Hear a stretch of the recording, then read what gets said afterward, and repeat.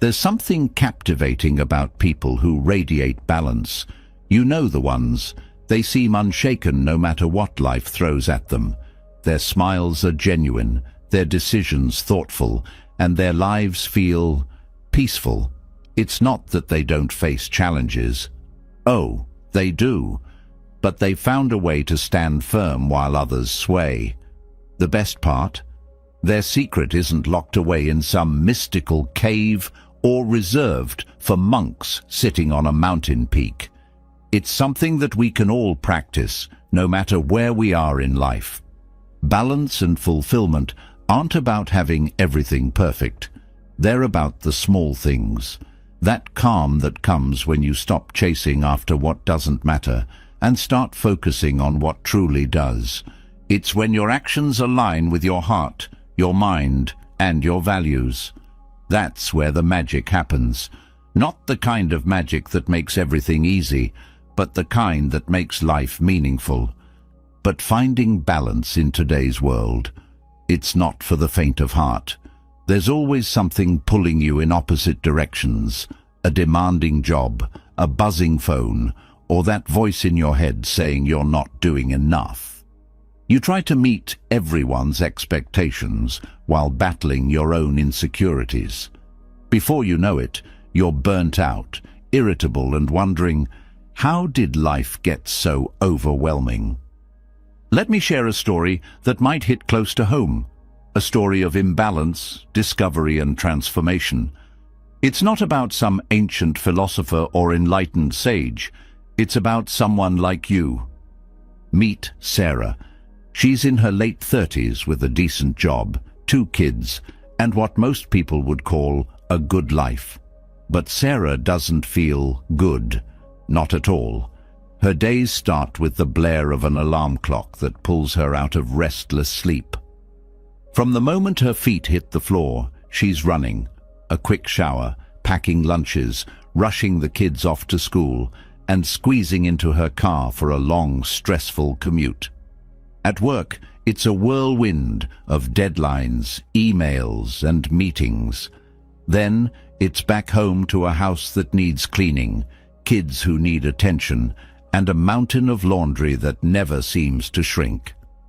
By the time she collapses onto the couch at night, her mind is still racing.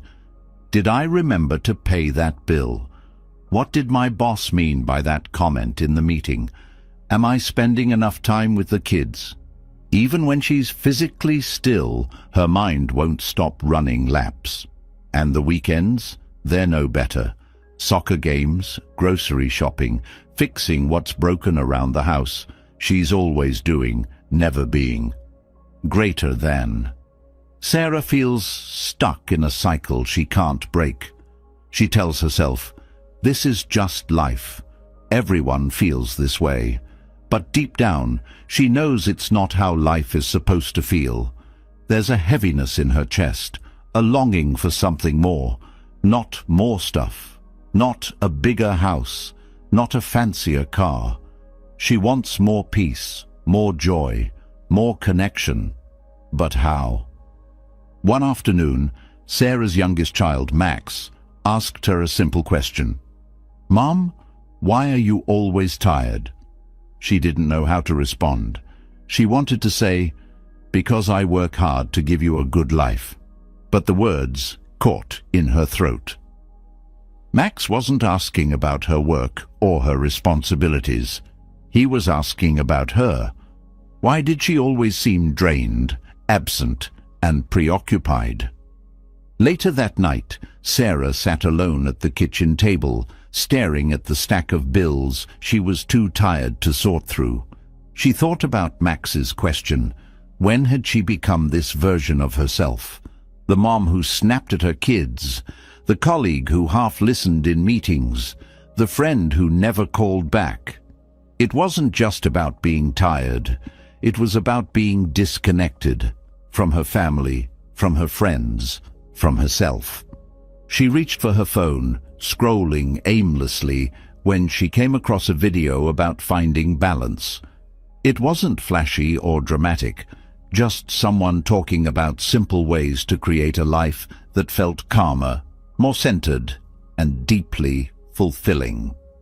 Sarah watched the entire video, something she rarely did.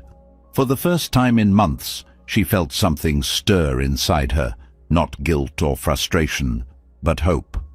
The next day, Sarah decided to make a change, not a dramatic overhaul, but a small shift. She started by doing something she hadn't done in years. She paused. Before jumping out of bed, she sat for a moment, breathing deeply, feeling the warmth of the morning sun on her face. That single moment of stillness set the tone for her day.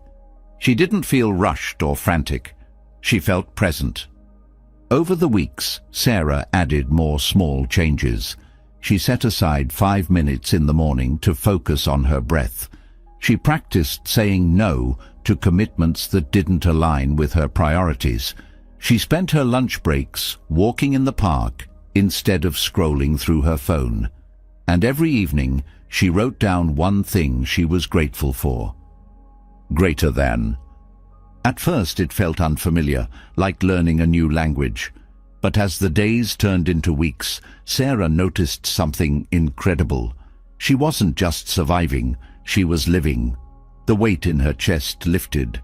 She laughed more with her kids.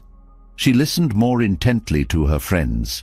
She found herself humming along to songs on the radio instead of grinding her teeth in traffic. Life didn't get easier, but it felt lighter. Sarah's story is more than just a tale of one person's transformation. It's a reminder of what's possible when you decide to stop living on autopilot. Her life didn't change because she bought a fancy planner, downloaded the latest productivity app, or quit her job to find herself. It changed because she took simple, intentional steps toward balance. The truth is, we all have moments when life feels overwhelming.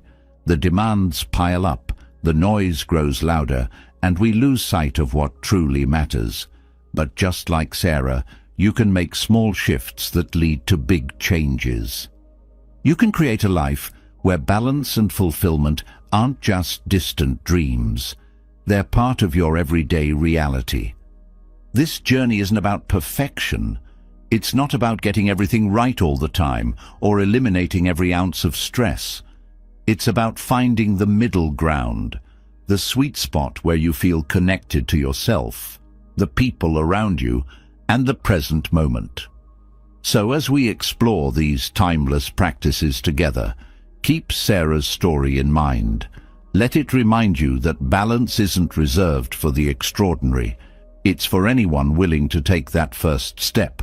Small, simple, but full of promise. Whether you're navigating a busy career, raising a family, or finding your way through a transition, there's a path to a more balanced, fulfilling life waiting for you. And it starts here. Let's take that first step. The pursuit of balance is one of life's greatest challenges. There's something deeply unsettling about feeling pulled in different directions, unable to find stability. At the heart of Buddhist teachings lies a concept so powerful, yet so simple: the middle way. This path isn't about choosing between two extremes, but walking the line between them, finding harmony in the process. It's not just a philosophy. It's a way of living that creates space for peace and purpose in the chaos of daily life. The middle way is a compass, a guide to navigate life's complexities with clarity. It's about avoiding the trap of overindulgence without swinging to the harshness of self-denial. It invites us to step away from extremes that drain our energy and keep us stuck. By exploring this timeless principle, we uncover how to live with intention and grace, making space for fulfillment and joy in even the simplest moments. The beauty of the middle way lies in its practicality. It's not asking for grand gestures or dramatic transformations. Instead, it shows us how to approach everything, from our relationships and careers to our personal habits and mental health, with balance. Life doesn't need to be perfect to be meaningful, and the middle way helps us embrace this truth. This approach fosters an inner calm that ripples outward, bringing stability to every corner of life. It's not about erasing desires or ignoring ambitions, but finding a path where these things coexist with peace. Let's explore how this principle can transform not only how you think, but how you live. The middle way teaches us to recognize when we're caught in extremes. It's easy to fall into patterns of all or nothing thinking, where we either overcommit or withdraw entirely. The middle way encourages a gentler approach, one where we can acknowledge the effort we're putting in while knowing when to pause and recharge. In a world that glorifies burnout, this is a revolutionary act. Harmony comes when we let go of rigidity. Life is rarely black and white, and the middle way invites us to see the richness in between. It encourages flexibility, helping us adjust to challenges with resilience instead of resistance. This adaptability doesn't mean giving up. It means finding strength in the flow. Life, after all, is constantly changing, and the more we embrace that change, the easier it becomes to stay balanced. Greater than. In our relationships, the middle way can help us create stronger, more meaningful connections. Often, conflicts arise when we cling too tightly to our perspectives or give too much of ourselves, leaving us feeling drained.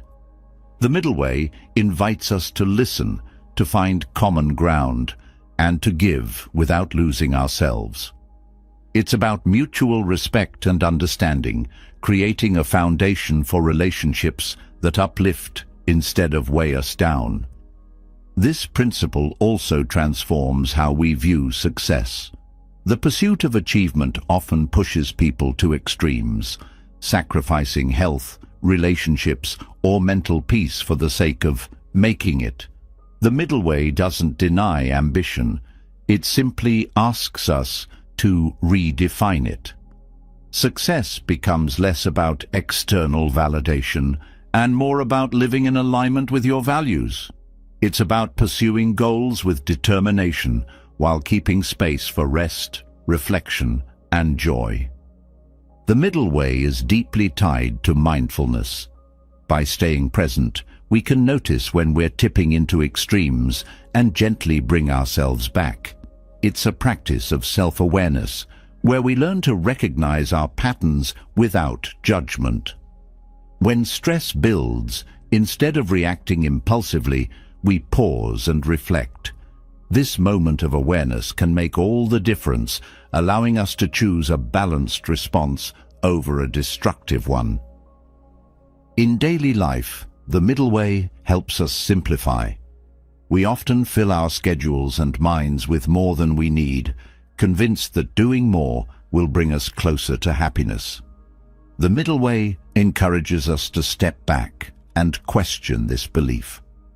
What truly adds value to your life? By letting go of excess, be it possessions, obligations, or thoughts, we create room for what matters most. This principle also has a profound impact on our physical well-being. Extreme diets or exercise regimens might promise quick results, but often lead to frustration or harm. The middle way reminds us to care for our bodies with kindness, choosing sustainable habits that nourish rather than punish. It's about finding a rhythm that works for you, where health becomes a journey instead of a race. The middle way also challenges the notion that happiness comes from extremes of pleasure or achievement. True contentment arises when we embrace moderation. Overindulgence often leads to dissatisfaction, just as strict self-denial can leave us feeling empty. The middle way offers a third path, one where we can enjoy life's pleasures without becoming enslaved by them. It's a subtle but profound shift that allows joy to flow naturally. In moments of conflict, the middle way provides a framework for resolution. It encourages open communication and a willingness to see the other side. Instead of digging our heels into one extreme, we explore the middle ground, seeking solutions that honor both parties. This approach doesn't just resolve disputes, it strengthens bonds and builds trust. The middle way is also a guide for emotional health. When emotions run high, it's easy to be swept away by anger, fear, or sadness. The middle way teaches us to acknowledge these feelings without letting them control us. It's not about suppressing emotions, but finding balance, letting them move through us while staying grounded in the present. One of the greatest gifts of the middle way is the sense of freedom it brings. By releasing the need to cling to extremes, we unburden ourselves from unnecessary stress. Life becomes less about winning or losing, and more about showing up with authenticity. This freedom opens the door to creativity, connection, and a deeper appreciation for the journey. Greater than. The middle way also encourages gratitude. By stepping away from extremes, we can better appreciate the beauty of the present moment. Gratitude becomes a natural response when we're not consumed by striving or scarcity. It's a quiet contentment that reminds us of how much we already have, even amidst life's challenges. This principle invites us to practice humility. Extremes often stem from a desire to prove ourselves, either to others or to ourselves. The middle way shifts the focus from external validation to internal peace. It's not about being the best or having the most. It's about being true to who you are. Humility brings a sense of ease, allowing us to let go of the need for comparison or competition. The middle way helps us build resilience. Life will always have its ups and downs, but balance keeps us steady. By avoiding extremes, we conserve energy and stay focused, even in the face of adversity. This resilience isn't about avoiding difficulties. It's about facing them with a sense of calm and clarity. Ultimately, the middle way fosters harmony. It's a practice of aligning your thoughts, actions, and values so that your life feels whole. It's not about achieving perfection, but finding peace in imperfection. By walking this path, we learn to live with intention, grace, and an open heart. The journey to balance isn't always easy, but it's always worth it. Each step on the middle way brings us closer to a life of meaning and fulfillment. As we move forward, let this principle guide you, not as a rigid rule, but as a gentle reminder to stay centered, no matter where life takes you. Balance is not just a state of mind, it's a rhythm. It's something you cultivate, moment by moment, in how you think, act, and breathe. While the middle way offers a guide to navigate life's extremes, its foundation lies in the present. And what anchors us most profoundly to the present?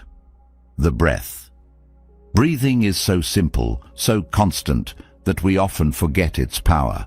Yet, within each inhale and exhale lies the potential for calm, clarity, and renewal. The act of mindful breathing is not just a practice, it's a lifeline that pulls you out of mental chaos and anchors you in the here and now. It holds the key to inner peace, offering you a space where distractions fade and you reconnect with your core. In a world where everything feels rushed and overwhelming, mindful breathing creates a sanctuary of stillness. It isn't just about taking a deep breath. It's about becoming aware of the breath, learning from it, and letting it guide you to a state of balance. Greater than. Mindful breathing teaches us to slow down. It's a gentle reminder that life doesn't need to be lived at full speed to be meaningful. When you pause and pay attention to your breath, you realize how often it mirrors your emotions. Short, shallow breaths come with anxiety, while deep, steady breaths are present in calm. By tuning into your breath, you gain insight into your inner state and discover how to regulate it. Each breath is a bridge connecting your mind and body. When the mind races with thoughts, the body follows suit with tension. But when the breath becomes deliberate and intentional, it soothes both. You can feel this connection if you take a moment to exhale fully and notice the release of stress in your shoulders, neck, and chest. This is the power of mindful breathing. It aligns your mental and physical worlds, creating harmony within. Breathing mindfully is about more than relaxation. It's a gateway to presence. So often, the mind wanders to the past with its regrets or the future with its worries. The breath, however, is always in the present. Focusing on it is like holding onto a thread that keeps you grounded amidst life's distractions. Each breath reminds you that this moment is enough, that you are enough. A simple breathing exercise can transform your day. Start by sitting comfortably, closing your eyes and noticing your breath as it flows in and out. Resist the urge to change it. Simply observe. You may notice the coolness of the air as it enters your nostrils, the slight pause at the top of the inhale, and the warmth as you exhale. This observation is mindfulness in action, giving your full attention to something as simple and profound as your own breathing. As you deepen your practice, you may discover the power of the belly breath. Place one hand on your stomach and the other on your chest. Breathe deeply, allowing your stomach to rise with each inhale and fall with each exhale. This type of breathing activates your body's relaxation response, calming your nervous system and reducing stress. It's a way to signal to your body that it's safe to let go, even if only for a moment. Mindful breathing also enhances emotional regulation. When anger, frustration, or sadness arise, the breath often reacts before you even realize what you're feeling. It becomes shallow, irregular, or even held all together. By focusing on your breathing during moments of emotional intensity, you can regain control. Taking slow, steady breaths helps calm your physiological response, giving you the clarity to respond rather than react. It's not about ignoring your emotions, but creating space to process them with a clear mind. The beauty of mindful breathing lies in its accessibility. You don't need special equipment, a specific setting, or even much time. You can practice it anywhere, on a crowded train, during a tense meeting, or while lying awake at night. The breath is always with you, a constant companion that can guide you back to calm whenever you need it. Breathing mindfully also connects you to something greater. In Buddhist teachings, the breath is seen as a symbol of life's impermanence. Each inhale brings something new. Each exhale lets something go. This natural rhythm reminds us that nothing is permanent. Not our worries, not our achievements, not our pain. The breath invites us to embrace this impermanence, to let go of clinging, and to find freedom in the flow of life. Greater than. Over time, mindful breathing can deepen your understanding of yourself. As you sit with your breath, distractions may arise, thoughts, memories, sensations. Rather than fighting them, observe them with curiosity. Notice how they come and go, just like the breath. This practice teaches you to detach from your thoughts, to see them as passing clouds rather than fixed truths. It's a subtle but powerful shift that brings clarity and peace. Mindful breathing also fosters gratitude. Each breath is a gift, a reminder of life's fragility and beauty. By focusing on your breath, you develop an appreciation for the present moment and all it holds. It's not about denying difficulties, but recognizing the quiet blessings that exist alongside them. Gratitude and mindfulness go hand in hand, enriching your perspective and opening your heart. The practice of mindful breathing also sharpens focus. In a world filled with distractions, the ability to concentrate is a rare and valuable skill. By training your mind to return to the breath again and again, you strengthen your capacity for attention. This focus extends beyond your practice, enhancing your ability to stay present in conversations, work, and daily tasks. It's not just about doing more, but about doing it with presence and intention. Breathing mindfully encourages self-compassion. As you observe your breath, you may notice tension or discomfort within yourself. Instead of criticizing these feelings, mindful breathing invites you to approach them with kindness. Place a hand on your chest and breathe deeply, offering yourself the same compassion you would a friend. This practice nurtures a gentle, supportive relationship with yourself, one that fosters healing and resilience. Through mindful breathing, you can also cultivate patience. The rhythm of the breath is unhurried, steady, and constant. By aligning yourself with this rhythm, you learn to let go of urgency and embrace life's natural pace. This patience extends to how you approach challenges, relationships, and goals, creating a sense of ease and flow in your life. Breathing mindfully is not about perfection, but practice. Some days, your mind will wander more than others. Some breaths will feel shallow, others deep. The practice lies in returning to the breath again and again, with a sense of curiosity and openness.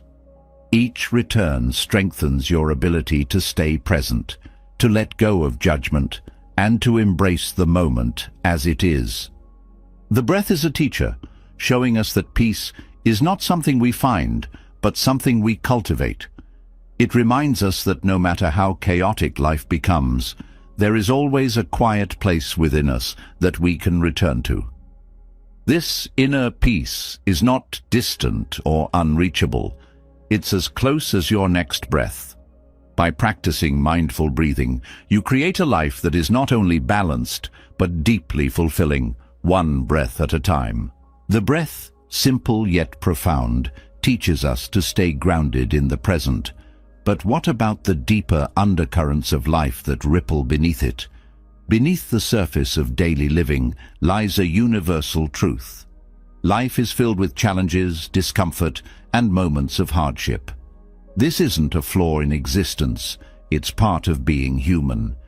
And yet, for all its difficulty, life also offers a path to freedom, to peace, and to fulfillment. At the core of Buddhist teachings, this path begins with understanding the Four Noble Truths, a foundation that not only explains suffering, but also shows us how to transcend it. Greater than. These truths aren't abstract ideas reserved for scholars or monks. They're a practical roadmap for anyone seeking a contented life. They invite us to look deeply at our experiences, to question the causes of our struggles, and to discover how letting go can lead to profound peace. The Four Noble Truths don't shy away from the reality of suffering. They confront it with wisdom and compassion, offering a way through rather than around it. Let's explore their transformative power and how they can create fulfillment in your life. The first truth speaks to the universal nature of suffering. Pain, loss, disappointment, and longing touch every life, no matter how fortunate or well-prepared. This isn't meant to be a pessimistic view. Rather, it's an acknowledgement of reality. When we stop resisting or denying this truth, we create space for understanding. Avoiding suffering often leads to deeper frustration because it keeps us trapped in a cycle of denial and avoidance. Accepting this truth doesn't mean surrendering to despair. It means beginning to see life with clarity and honesty. Suffering comes in many forms. There's the physical suffering of illness, the emotional suffering of heartbreak, and the existential suffering of feeling disconnected or unfulfilled. Recognizing these forms doesn't make them heavier. It makes them easier to address. Often, the weight of suffering is compounded by our resistance to it. The first truth invites us to sit with it, to acknowledge its presence without judgment. This openness is the first step toward transformation. The second truth goes deeper, exploring the cause of suffering. At its core, suffering arises from attachment and craving, our relentless desire for things to be a certain way. This craving often manifests as an endless pursuit of pleasure, success, or control, coupled with an aversion to pain, failure, or uncertainty. The more tightly we cling to these desires, the more we suffer when reality doesn't align with them. It's not that desire itself is inherently bad, but when it becomes obsessive or unrealistic, it creates tension within us. For example, the desire for love becomes suffering when we cling to the idea that it must look or feel a certain way. The craving for recognition leads to frustration when others don't provide it. By identifying these patterns of attachment, we begin to loosen their grip on us. This isn't about suppressing desires. It's about understanding them and their impact on our well-being. The second truth also highlights the impermanence of life. Much of our suffering comes from wanting things to remain constant, our health, relationships, possessions, or even our moods. But life, by its very nature, is fluid and ever-changing. When we resist this change, we create friction, and that friction is suffering. Learning to embrace impermanence allows us to approach life with more ease and less fear. It's a shift from trying to control life to flowing with it. The third truth offers hope. It reminds us that suffering is not a permanent condition. Just as it has a cause, it also has an end. This cessation of suffering, often referred to as nirvana, isn't some far-off state reserved for spiritual elites. It's a freedom available to anyone willing to explore the roots of their suffering and let go of the attachments that fuel it. This truth is a call to action, a reminder that contentment and peace are possible, even amidst life's challenges. Freedom from suffering doesn't mean erasing pain or avoiding difficulty. Instead, it's about transforming our relationship with these experiences. It's about seeing them clearly, understanding their impermanent nature and allowing them to come and go without clinging. This freedom creates space for joy, gratitude, and connection to flourish. It's not about living a life without problems, but about finding peace within the life you already have. Greater than. The fourth truth provides a path to this freedom. Known as the Eightfold Path, it offers practical steps to cultivate a life of balance, wisdom, and compassion. This path isn't a rigid set of rules, but a flexible guide that adapts to your unique journey. It's a way of living that aligns your thoughts, actions, and intentions with your deepest values, creating harmony within yourself and the world around you. Central to the Eightfold Path is mindfulness. By cultivating awareness of your thoughts, feelings, and actions, you gain insight into how they contribute to your suffering or your peace. Mindfulness is the thread that connects all aspects of the path, helping you stay present and intentional in your journey. It allows you to notice when you're caught in patterns of craving or aversion and gently guide yourself back to balance. Another vital aspect of the path is ethical living. This includes acting with kindness, speaking with integrity, and making choices that reduce harm to yourself and others. Ethical living isn't about following rules for the sake of morality. It's about creating a foundation of trust and respect that supports a fulfilling life. When your actions align with your values, you experience a sense of wholeness and ease that is deeply satisfying. The path also emphasizes the importance of effort. Letting go of suffering isn't passive. It requires dedication and perseverance. But this effort isn't about striving or forcing. It's about nurturing positive habits and gently releasing those that no longer serve you. It's a process of growth that respects your pace and meets you where you are. Wisdom is another cornerstone of the path. This includes understanding the nature of reality, particularly the truths of suffering and impermanence. Wisdom isn't about intellectual knowledge.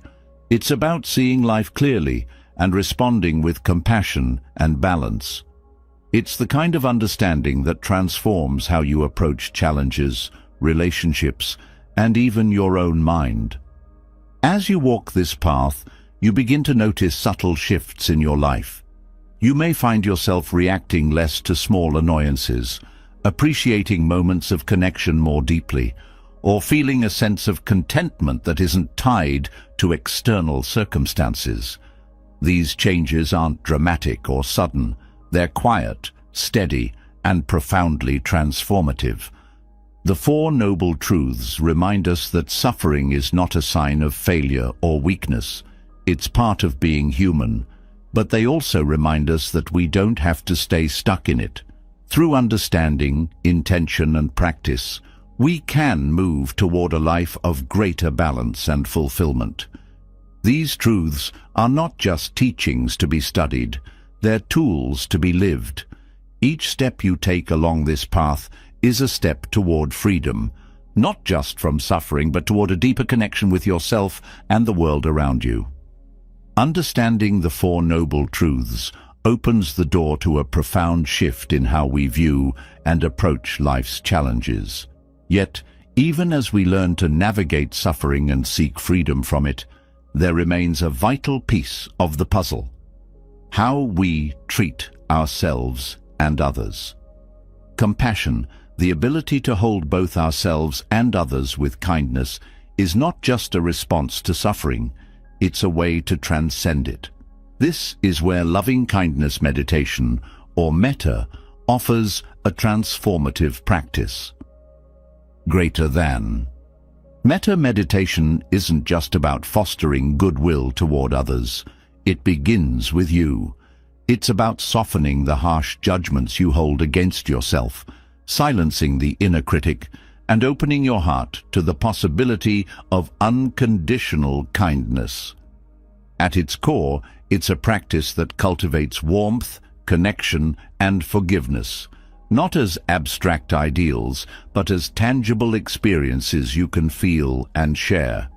This practice invites you to start where you are, with yourself. Self-compassion isn't selfish. It's the foundation of the kindness you offer others. Often, we're quick to extend patience and understanding to the people around us, while withholding it from ourselves. Metta gently reverses this pattern. As you sit quietly and direct kind wishes toward yourself, you create space to heal. It's not about erasing flaws or regrets, but about accepting them without harshness. This self-compassion becomes the root of a more peaceful, centered you. The process of metta meditation involves silently repeating phrases of kindness. These might include, "May I be happy," "May I be healthy," "May I be free from suffering." These words, simple yet powerful, carry a profound intention.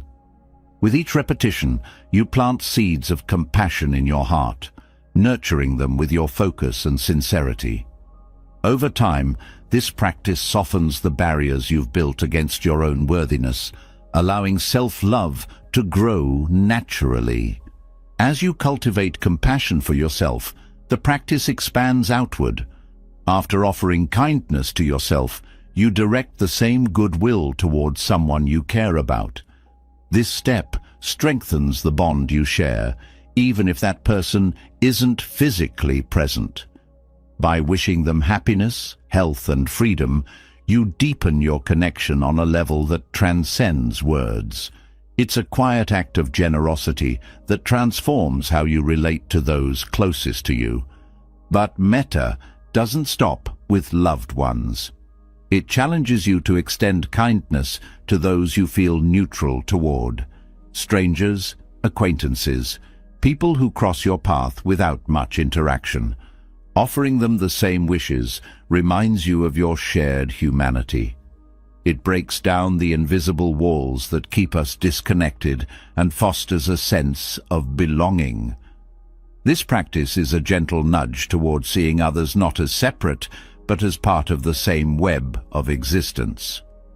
Perhaps the most challenging part of metta meditation is extending compassion to those you struggle with, people who may have hurt you or whom you find difficult to forgive.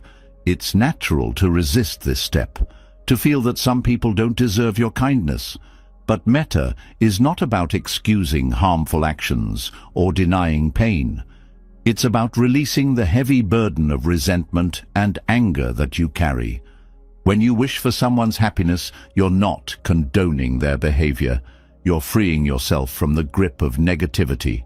This act of compassion is as much for you as it is for them. Greater than. The beauty of metta meditation lies in its ability to transform relationships. When you practice regularly, you begin to notice subtle changes in how you interact with others. Conversations become less charged with tension, and conflicts feel less personal. You develop a greater capacity to listen, to empathize, and to respond with patience. This shift doesn't just improve your relationships, it creates a ripple effect of kindness that extends far beyond your immediate circle. Metta also fosters a sense of inner peace that is unshaken by external circumstances. As you build a habit of offering kindness, you start to see yourself and the world through a lens of goodwill. The practice becomes a refuge, a space where you can return whenever life feels overwhelming. It reminds you that compassion is always available, no matter how chaotic things may seem. This meditation also teaches the power of intention. When you send out wishes for happiness, health, and freedom, you align your thoughts and energy with these qualities. You begin to notice more opportunities to act with kindness, to show care, and to uplift others. This alignment between intention and action deepens your sense of purpose and fulfillment, creating a life that feels more meaningful and connected. Another profound benefit of metta is its ability to heal emotional wounds. Many of us carry unresolved pain, grief, regret, or guilt that weighs us down. By directing compassion toward yourself and others, you create space for healing. You may find that the phrases you repeat begin to soften old hurts, replacing them with a sense of acceptance and release. This healing is not about forgetting the past, but about transforming it into a source of wisdom and growth. Metta also strengthens your resilience. Life will always bring challenges, but a heart rooted in compassion is better equipped to face them. When you approach difficulties with kindness for yourself and those involved, you reduce the emotional turbulence that often accompanies hardship. This resilience allows you to navigate life's ups and downs with greater ease and steadiness. Greater than. The practice of metta extends beyond formal meditation. It becomes a way of being, influencing how you move through the world. You may find yourself offering a kind word to a stranger, forgiving someone more easily, or showing patience in situations that once frustrated you. These acts of compassion, small as they may seem, create a ripple effect that touches everyone you encounter. Loving kindness. Meditation also bridges the gap between differences. In a world often divided by opinions, beliefs, and backgrounds, metta reminds us of our shared humanity. It encourages us to look beyond what separates us and focus on what connects us. This perspective fosters unity, understanding, and a sense of global compassion that has the power to heal divisions. One of the most rewarding aspects of metta is the joy it brings. Kindness, when practiced sincerely, uplifts not only those who receive it, but also the one who offers it. The simple act of wishing someone well can fill your heart with a sense of warmth and happiness that no material possession can match. This joy is a reminder that compassion is not just a gift to others, it's a gift to yourself. Through metta, you also discover the boundless nature of compassion. It's not a finite resource that you have to ration. It grows the more you share it. The practice helps you move from a mindset of scarcity, where kindness feels limited, to one of abundance, where there is always enough to give. This abundance mindset transforms how you approach life, relationships, and even your own sense of self-worth. The transformative power of loving kindness meditation lies in its simplicity. It doesn't require elaborate rituals or years of practice to feel its effects. All it asks is your presence and intention. Whether you're sitting quietly at home, walking in nature, or waiting in line at the store, you can practice metta. It's a portable, adaptable tool that brings lightness to your heart and depth to your connections. Through this practice, you come to understand that compassion is not just a quality to develop, but a state of being to embody. It's a way of living that creates harmony within yourself and with the world around you. Loving kindness.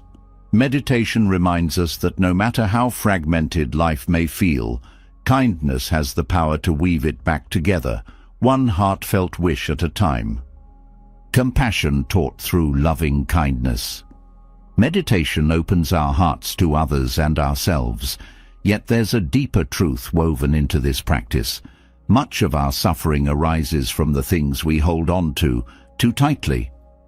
Clinging to desires, outcomes, and even our identities creates a weight that pulls us away from peace. Non-attachment is not about detaching from life, but about embracing it with open hands, free from the need to control or possess.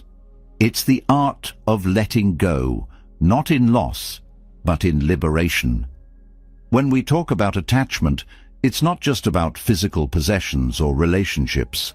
It's about the mental and emotional grip we place on things, believing they will bring us permanent happiness or shield us from pain. This clinging creates a cycle of dependence and fear. Fear of losing what we have or not getting what we want. Non-attachment invites us to step out of this cycle, to release the tightness and find freedom in flow. The first step in understanding non-attachment is recognizing impermanence. Everything in life, our relationships, possessions, and even our emotions, is in constant motion. Change is inevitable, yet we often resist it. This resistance, this refusal to let go of what no longer serves us, is where suffering begins. Non-attachment isn't about becoming indifferent. It's about accepting the transient nature of life with grace. When you release the need to hold on to things as they are, you make space for new experiences and growth. Greater than. Releasing attachment doesn't mean rejecting joy or connection. It means experiencing them fully without clinging to them. Often we hold on to moments or people out of fear that they'll slip away, but this tight grip diminishes our ability to enjoy what's here. When you practice non-attachment, you learn to savor life without trying to freeze it. It's a paradox. The less you cling, the more you can fully embrace. Non-attachment also transforms how we handle desires. Desires themselves are not harmful. It's our attachment to them that creates suffering. When we base our happiness on achieving specific outcomes, we set ourselves up for disappointment. Non-attachment teaches us to pursue our goals with passion, but without the need for them to define our worth. It's the difference between striving with curiosity and clinging with desperation.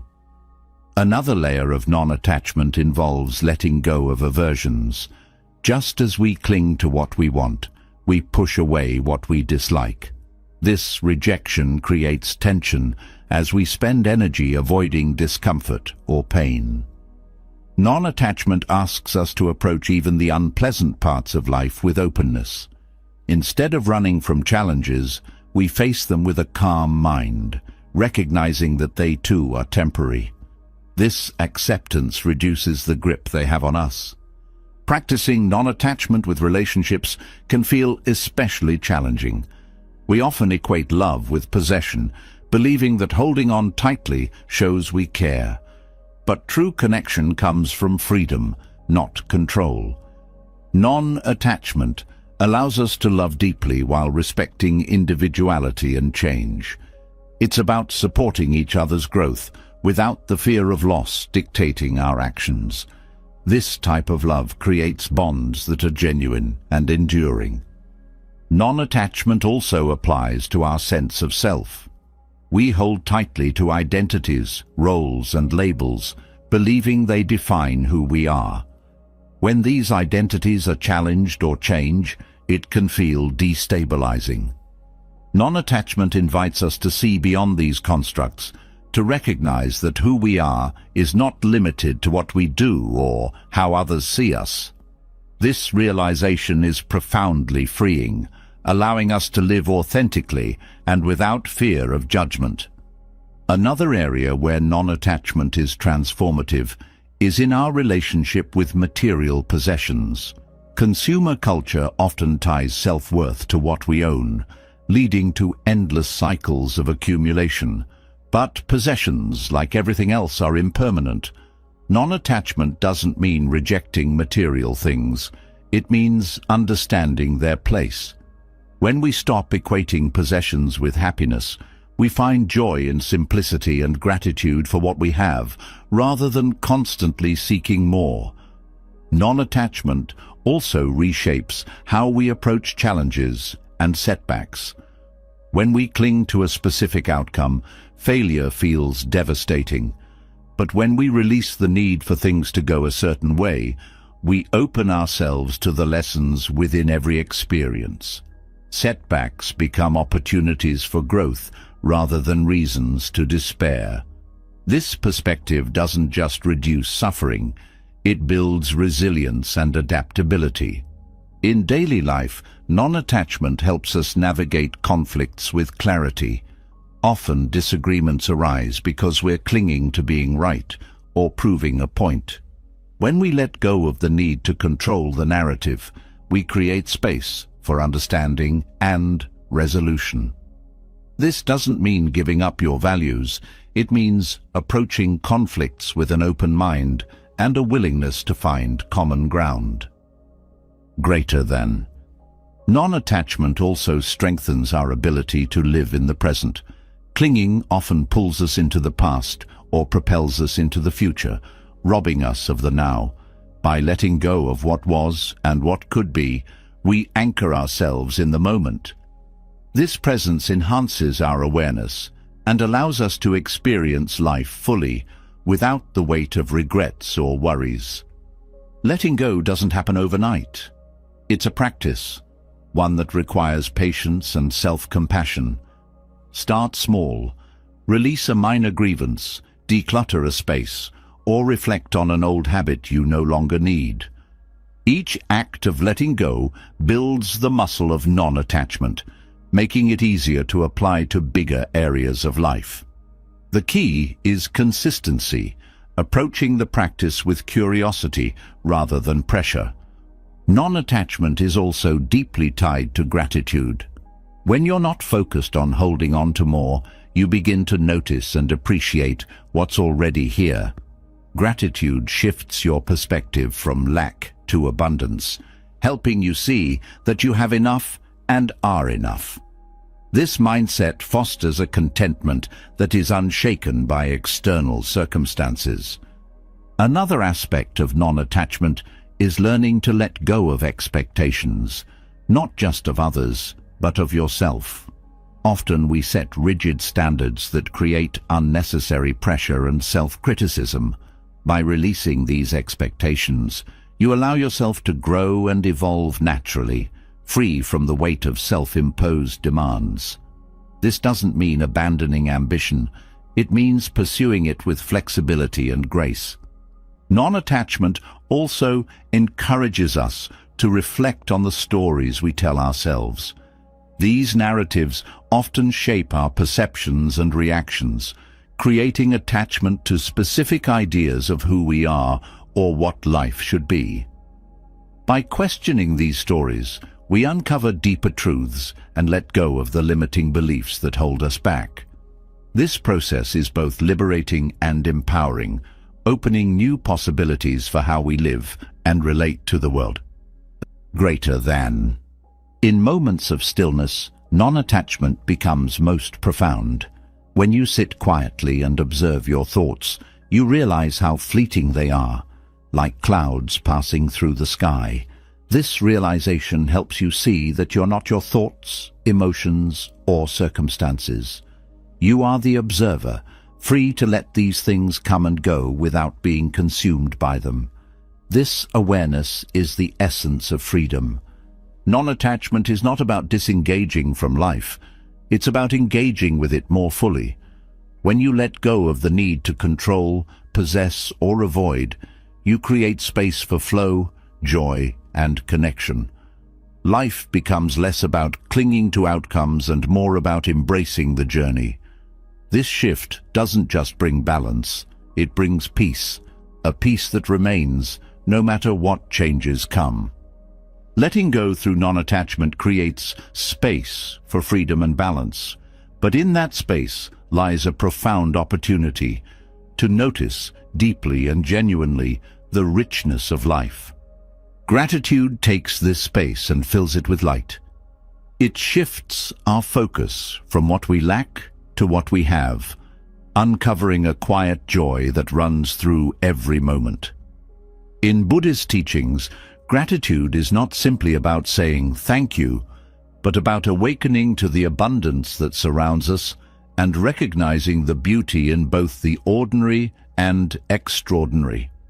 It is a practice that transforms how we see the world and ourselves.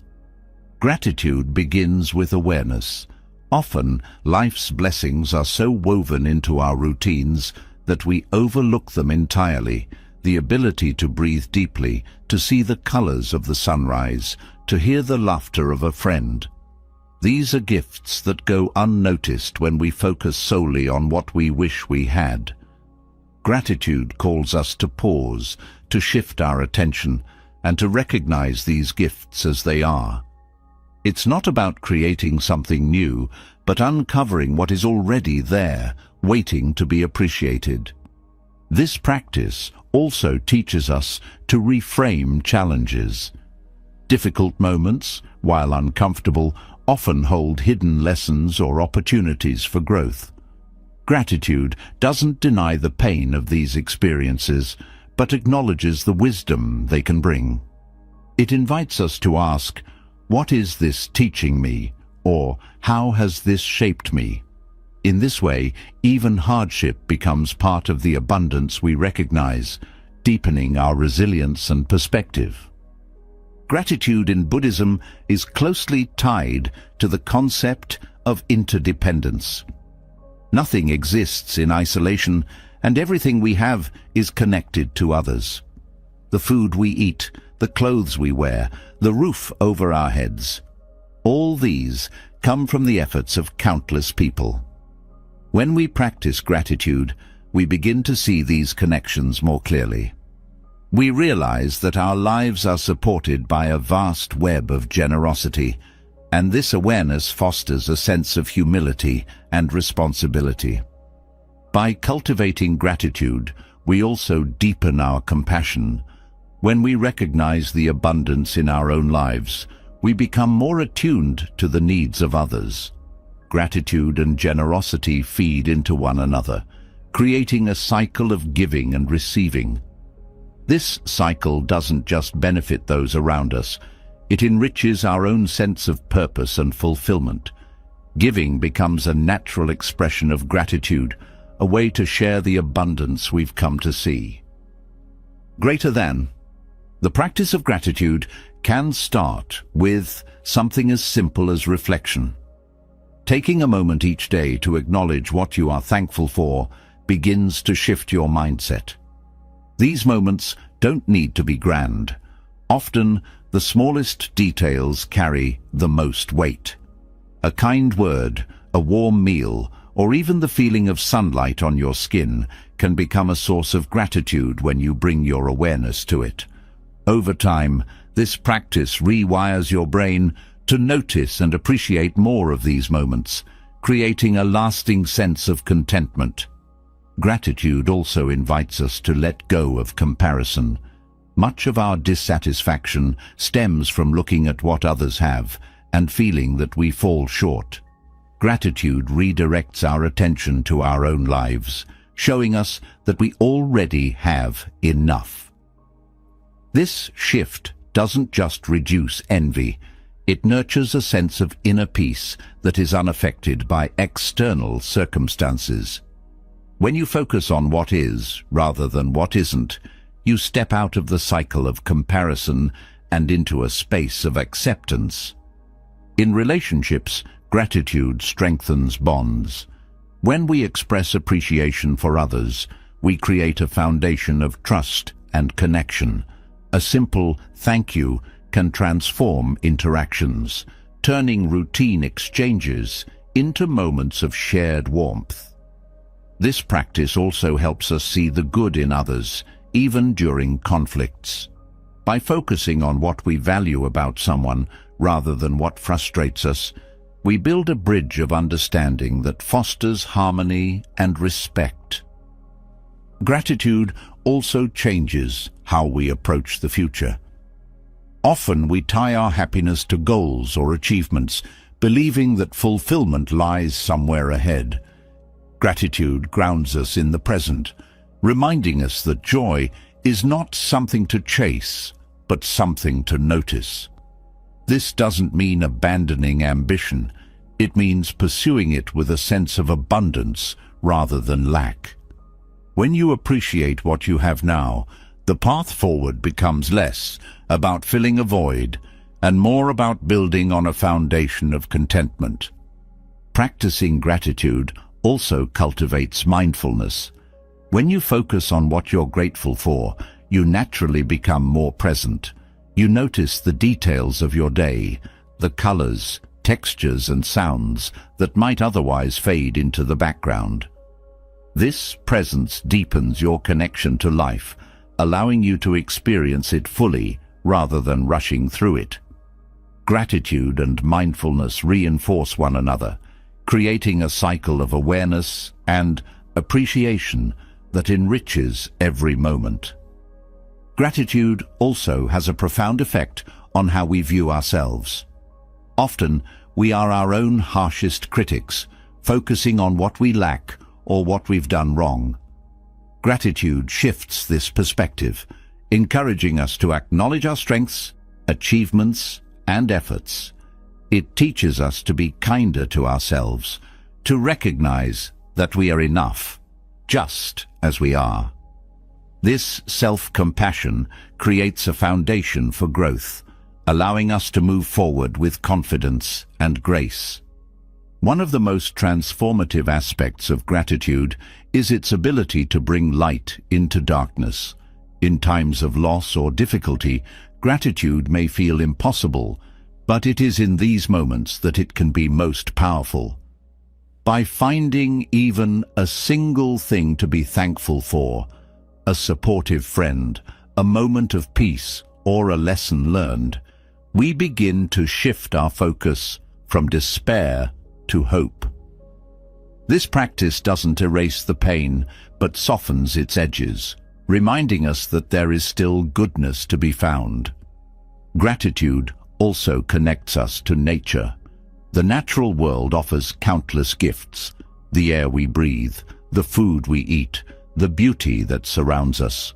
When we pause to appreciate these gifts, we deepen our connection to the earth and our responsibility to care for it.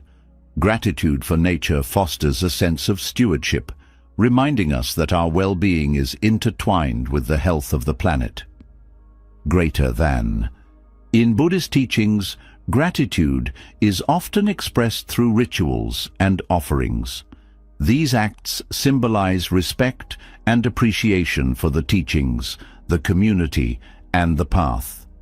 While these rituals are rooted in tradition, their essence can be carried into daily life. Acts of gratitude, whether lighting a candle, offering a kind word, or simply pausing to reflect, become a way to honor the abundance that surrounds us. Gratitude also enhances our spiritual practice. When we approach meditation, reflection, or prayer with a sense of thankfulness, we open ourselves to deeper insights and connections. Gratitude creates a mindset of openness and humility, allowing us to receive the wisdom and guidance that each moment offers. It transforms spiritual practice from a task into a source of joy and renewal. This practice also nurtures resilience. Life is filled with challenges, but gratitude helps us focus on what supports us through them.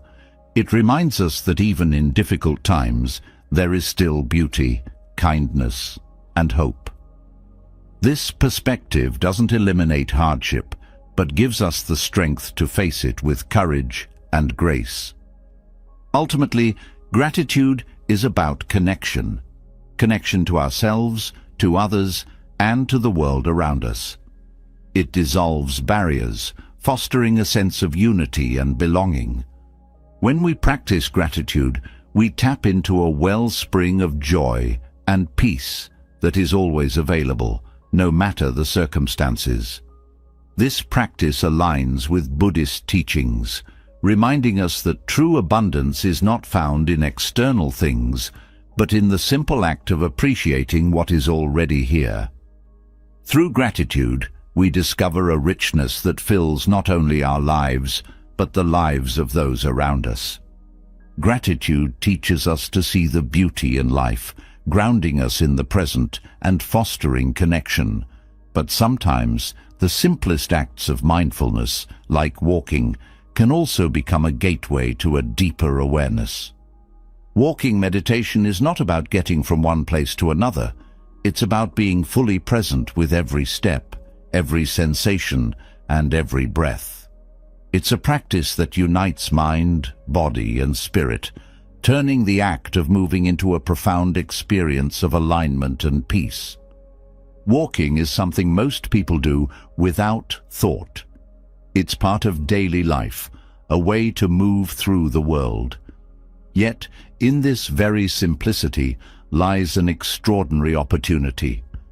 When you slow down and bring mindfulness to each step, walking becomes more than movement.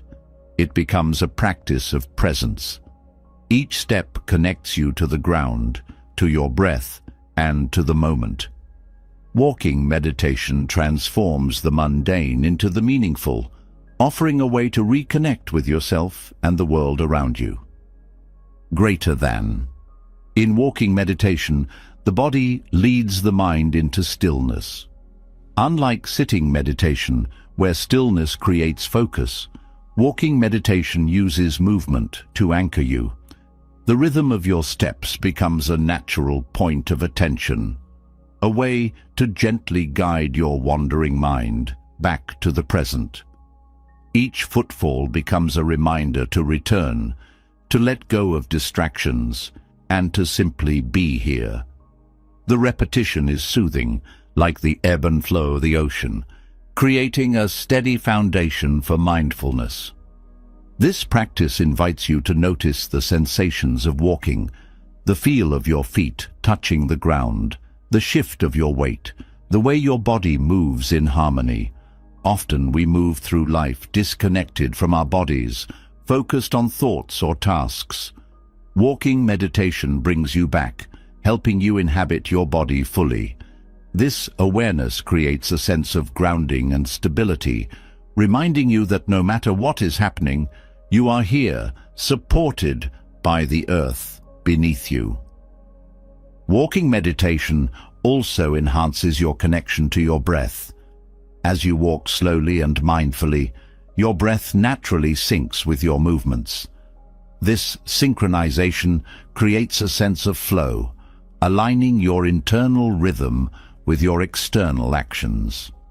You may notice your breath deepening, your steps slowing, and a sense of calm settling over you. This harmony between breath and movement is a powerful reminder of the interconnectedness of body and mind. In nature, walking meditation takes on another layer of richness. When you practice outdoors, you become attuned to the environment, the sound of leaves rustling, the warmth of the sun, the scent of the air. These details, often overlooked in daily life, become vivid and alive. Nature enhances the practice by grounding you not just in your body, but in the larger web of life. Walking meditation in nature is a way to honor this connection, to feel part of something greater than yourself. This practice also teaches patience. In a world driven by speed and efficiency, walking meditation invites you to slow down. There is no destination, no goal, no rush. The journey itself is the practice. Each step becomes an act of mindfulness, an opportunity to release the need for achievement and simply be. This slowing down creates space for reflection, allowing you to notice thoughts, emotions, and sensations with clarity and calm. Greater than. Walking meditation also fosters gratitude. As you move mindfully, you begin to notice the small wonders that surround you, the way sunlight filters through the trees, the texture of the ground beneath your feet, the rhythm of your own breath. These moments, so easily missed in the rush of life, become sources of appreciation and joy. Walking meditation reminds you that beauty is always present, waiting to be seen. The practice also deepens your awareness of impermanence. Each step you take is unique, a moment that arises and passes. This constant flow mirrors the nature of life itself, ever-changing, always moving. Walking meditation helps you embrace this impermanence, to find peace in the transient nature of each step, each breath, and each moment. This acceptance creates a sense of freedom, releasing the need to cling or resist. Walking meditation can also be a practice of letting go. As you walk, thoughts and worries may arise. Instead of clinging to them, you let them come and go, returning your attention to your steps. This practice of release, repeated with each footfall, trains your mind to loosen its grip on distractions and attachments. Over time, this skill extends beyond the practice, helping you let go more easily in daily life. This form of meditation also enhances self-compassion. When you practice walking meditation, you move with care and intention, treating yourself gently. This act of kindness toward your own body and mind fosters a deeper sense of self-compassion. It's a reminder that you deserve moments of peace and presence, that you can give yourself the gift of mindfulness without judgment or pressure. Walking meditation also strengthens resilience. Life often feels like a series of ups and downs, but the steady rhythm of mindful walking provides a sense of stability. Each step becomes a reminder that you can keep moving forward, even when the path feels uncertain. This resilience isn't about ignoring challenges, but about finding the strength to navigate them with grace and presence. The practice also enhances focus. By concentrating on the sensations of walking, you train your mind to stay present. This focus, developed over time, carries into other areas of life, improving your ability to concentrate and engage fully. Walking meditation becomes a tool for sharpening your attention, not just during the practice, but in everything you do.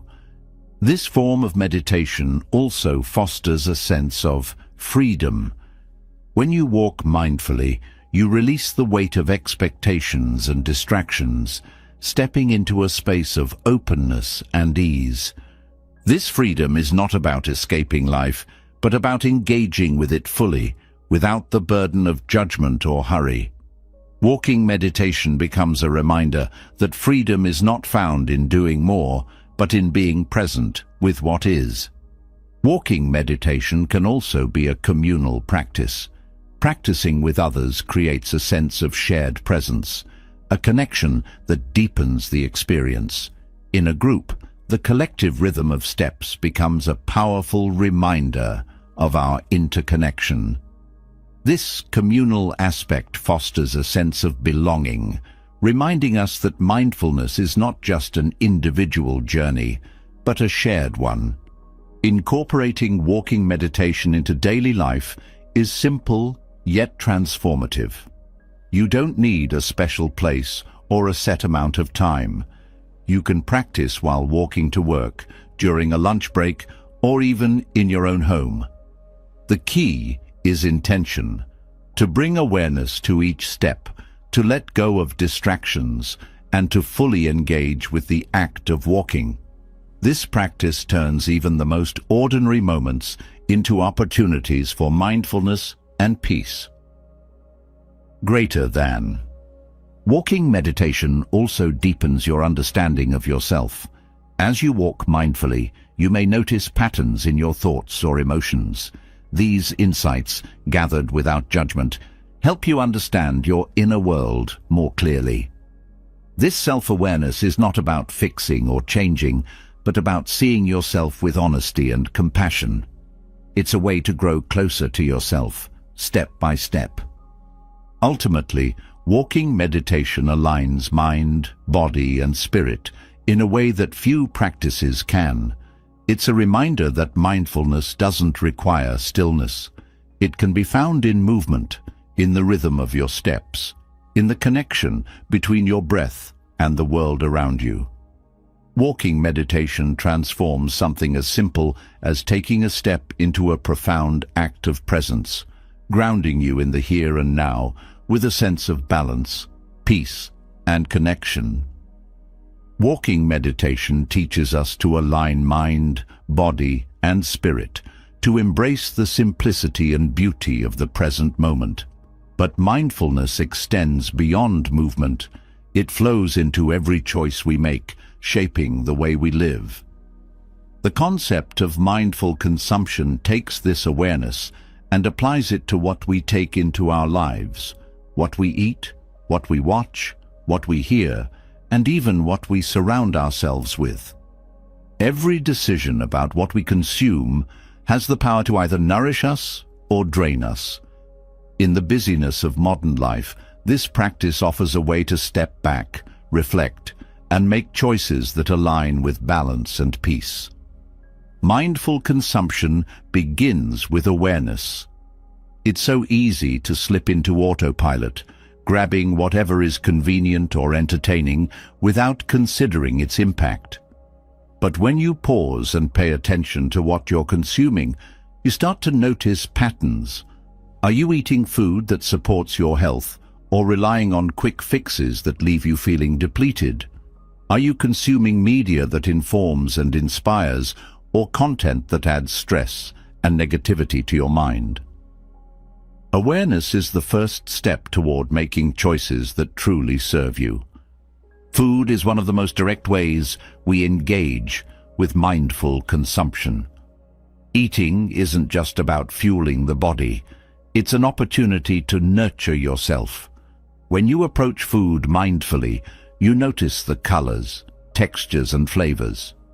You savor each bite, appreciating the effort and energy that went into its creation. This kind of eating isn't about restriction or guilt. It's about cultivating a relationship with food that's rooted in gratitude and intention. It's about asking yourself what your body truly needs and responding with kindness. Greater than. Mindful consumption of food also means thinking about its origins. Where did it come from? How was it produced? Choosing food that aligns with ethical and sustainable practices supports not just your health, but the well-being of the planet. Every meal becomes an act of connection, a reminder that the choices we make affect more than just ourselves. This perspective fosters a sense of responsibility and respect for the resources that nourish us. But mindful consumption goes far beyond food. The media we consume shapes how we think and feel. Endless scrolling through news, social media, or entertainment can leave us overstimulated, anxious, or disconnected. When you approach media mindfully, you become more selective about what you engage with. Instead of consuming out of habit or boredom, you choose content that uplifts, educates, or genuinely adds value to your life. This doesn't mean avoiding all entertainment, but it does mean being intentional about how much time and energy you give it. Mindful media consumption also involves being aware of how it influences your emotions and thoughts. Pay attention to how certain content makes you feel. Does it leave you inspired, or does it drain your energy? Does it cultivate gratitude or feed dissatisfaction? When you become more aware of these effects, you can set boundaries that protect your mental and emotional well-being. This might mean turning off notifications, limiting time on certain platforms, or choosing to disconnect entirely for a while. The concept of mindful consumption also extends to the material possessions in our lives. Consumer culture often equates happiness with acquiring more, but this mindset leads to clutter, both physical and mental. Simplifying your environment by consuming less and choosing quality over quantity can create a sense of clarity and peace. Mindful consumption in this area means asking yourself whether each item you bring into your life truly serves a purpose or brings joy. This practice reduces waste, saves resources, and creates a home that reflects your values. Mindful consumption helps us see the hidden costs of excess. When we overconsume, whether it's food, media, or possessions, we often end up feeling overwhelmed or dissatisfied. There's a sense of heaviness that comes from taking in too much. Simplifying what we consume isn't about deprivation. It's about creating space for what truly matters. It's about choosing depth over breadth, quality over quantity, and substance over distraction. Greater than. This practice also involves being mindful of how your consumption affects others. The products we buy, the services we use, and the resources we consume all have ripple effects. Choosing fair trade goods, supporting local businesses, or reducing waste are ways to align your consumption with your values. These choices may seem small, but collectively they have a profound impact. Mindful consumption reminds us that we're part of a larger whole, and our actions contribute to the well-being of the planet and its people. Mindful consumption nurtures gratitude. When you're intentional about what you take in, you develop a deeper appreciation for it. Instead of rushing through meals, you savor them. Instead of mindlessly scrolling, you engage meaningfully. This sense of gratitude enriches your experience, turning ordinary moments into opportunities for connection and joy. This practice also helps us build resilience. When we overconsume, we often do so to fill a void or escape discomfort. By consuming mindfully, we learn to sit with our emotions instead of numbing them. This creates space for growth and healing, allowing us to address the root causes of our dissatisfaction rather than masking them with distractions. Mindful consumption fosters presence. When you pay attention to what you're taking in, you naturally become more present. Eating becomes a sensory experience. Conversations become more engaging, and even mundane tasks take on new meaning. This presence enhances your connection to yourself and the world around you, making life feel richer and more fulfilling. This approach also cultivates self-awareness. As you reflect on your consumption habits, you begin to notice patterns, what you reach for when you're stressed, how certain choices affect your mood, and where you tend to overindulge. This awareness isn't about judgment, but about understanding. It gives you the power to make choices that align with your values and well-being. Mindful consumption also teaches us to slow down. In a world that glorifies speed and efficiency, taking the time to reflect on what you consume is a radical act. It's a way to reclaim your time and energy, to step out of the rush and into the present. This slowing down creates a sense of ease and balance that carries into every aspect of life. Through mindful consumption, we learn to align our choices with our intentions. Each decision becomes an opportunity to act in harmony with what matters most to us. This alignment creates a sense of integrity and purpose, making even small actions feel significant.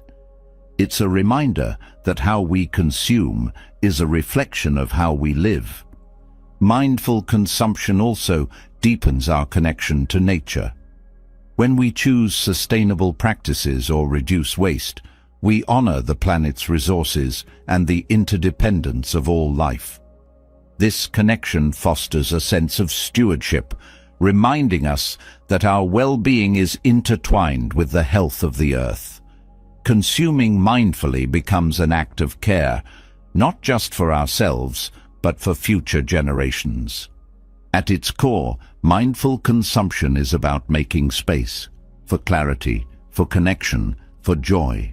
It's a practice of letting go of excess and embracing what truly nourishes us. This doesn't mean living a life of restriction, but a life of intention. By consuming mindfully, we create a foundation for balance and peace, one choice at a time. Greater than. Mindful consumption teaches us to curate what we allow into our lives, helping us simplify and align with our values. Yet, amidst the intentional choices of what we consume lies an even deeper practice, the embrace of silence. Silence is not just the absence of noise, it is a profound presence, a space where the mind settles and clarity emerges. In Buddhist teachings, silence is a doorway to insight, focus, and inner peace. A sanctuary that nurtures the spirit in a world filled with constant noise and distraction. Silence is powerful because it reveals what is often hidden. In the stillness, we begin to hear the subtle currents of our thoughts, emotions, and desires. These are often drowned out by the external world, but in silence, they rise to the surface, offering a chance to observe and understand them. This awareness allows us to disentangle ourselves from the mental chatter, creating space for clarity and calm. In silence, the mind learns to slow down. We live in a fast-paced world where multitasking is celebrated and stillness is seen as unproductive. Yet, silence is where the mind finds balance. When you sit in silence, without distractions, your thoughts might initially race, but over time they begin to settle. This slowing down creates room for focus, helping you direct your attention with intention rather than scattering it across endless tasks and worries. Silence also deepens your connection to the present moment. Noise often pulls us away, filling our minds with thoughts of the past or future. But when you sit quietly, you become more attuned to the now. You notice the rhythm of your breath, the sensation of your body, and the subtleties of your environment. This presence is grounding, reminding you that the present moment is enough. The power of silence extends to relationships. In conversations, we often feel compelled to fill every pause, to respond quickly, or to assert our opinions. But silence creates space for listening. A listening that is not just about hearing words, but about understanding the person behind them. When we allow silence into our interactions, we open the door to deeper connection and empathy. It's in the quiet moments between words that true understanding often arises. Silence also invites us to confront discomfort. Many people avoid silence because it feels empty or unsettling, but this discomfort is often where growth begins. In silence, you can't escape your thoughts or distract yourself from difficult emotions. Instead, you are invited to sit with them, to acknowledge them without judgment, and to explore what they have to teach you. This practice builds resilience, teaching you to face challenges with courage and openness.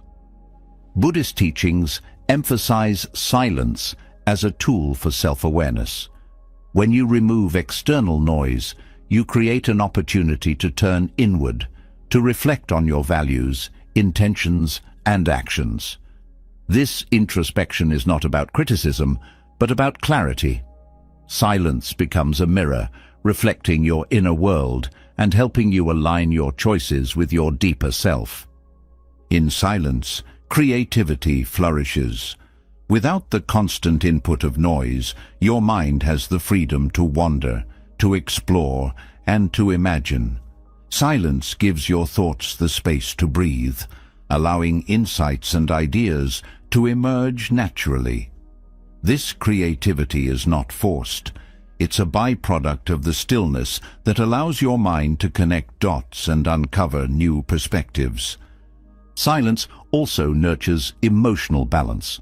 Noise often fuels reactive emotions, stress, irritation, or anxiety. But silence gives you a chance to pause, to step back, and to respond rather than react. In this stillness, you can process your feelings more clearly, understanding their roots and choosing how to engage with them. This emotional clarity fosters a sense of stability, even amidst chaos. Greater than. The practice of silence is deeply restorative. Just as the body needs rest to recover, the mind needs silence to rejuvenate. Noise overstimulates the brain, leaving us fatigued and scattered.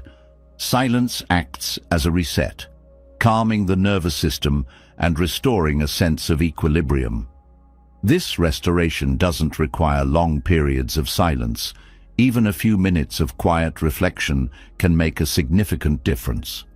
Silence also enhances spiritual growth. In Buddhist teachings, silence is seen as a space where wisdom arises. It's in the quiet that you can hear the subtle truths of existence, the insights that are often drowned out by the noise of daily life. This spiritual aspect of silence isn't tied to any specific belief system. It's about connecting with something deeper, whether that's your inner self, the universe, or a sense of purpose. Practicing silence also cultivates gratitude. When the noise fades, you begin to notice the richness of what remains, the sound of the wind, the rhythm of your breath, the warmth of the sun. These moments, often overlooked, become sources of joy and appreciation. Silence shifts your focus from what is missing to what is present, nurturing a sense of abundance and contentment. Silence teaches patience. In a world that values immediacy, silence encourages you to slow down and let things unfold naturally. It reminds you that not every question needs an immediate answer, and not every problem requires instant action. This patience extends to how you approach yourself and others, creating a sense of ease and acceptance. Through silence, you develop a stronger connection to your body. When you sit quietly, you become more aware of physical sensations. the tension in your shoulders, the rhythm of your breath, the way your body feels grounded. This awareness helps you listen to your body's needs and respond with care. It's a reminder that your body is not just a vehicle for action, but a source of wisdom and presence. Silence also enhances focus. Without distractions, your mind can fully engage with whatever is in front of you. This focus is not about forcing attention, but about allowing it to naturally settle. Over time, this practice sharpens your ability to concentrate, making you more effective and present in all areas of life. The practice of silence can be integrated into daily life in simple ways. It might mean starting your day with a few moments of quiet reflection, stepping away from noise during breaks, or ending your day in stillness. These small acts of silence, when practiced consistently, create a rhythm of calm that weaves through your life. Greater than. Silence also fosters humility. When we quiet our voices, we create space to listen, not just to others, but to the world around us.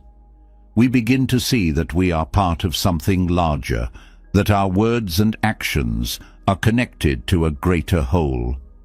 This perspective nurtures a sense of respect and reverence, reminding us to tread lightly and speak thoughtfully.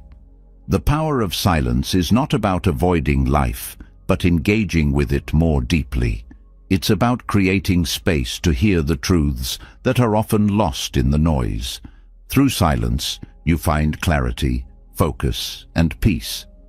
Not as distant goals, but as experiences available in every moment. Silence is a teacher, a guide, and a refuge, offering wisdom to those willing to embrace its stillness. Silence teaches us to listen deeply, not just to the world around us, but to the quiet wisdom within. This wisdom, when accessed, often calls us to reflect on how we live, the choices we make, and the impact we have on others. While silence guides us inward, the 5 precepts of Buddhism offer a framework for outward action, providing an ethical compass that helps align our behavior with our values. These precepts are not rigid rules, but principles that cultivate integrity, harmony, and fulfillment in everyday life. The 5 precepts are simple yet profound guidelines for living ethically.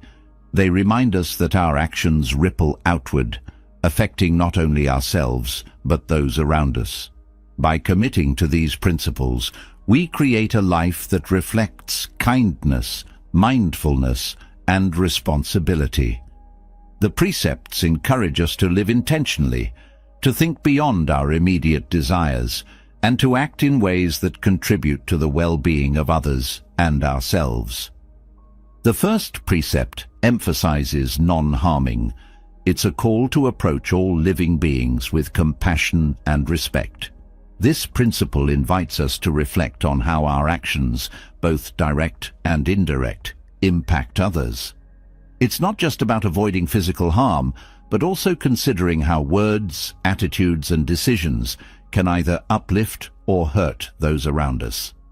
Practicing non-harming cultivates a mindset of empathy, encouraging us to see the interconnectedness of all life. This precept also extends to how we treat ourselves.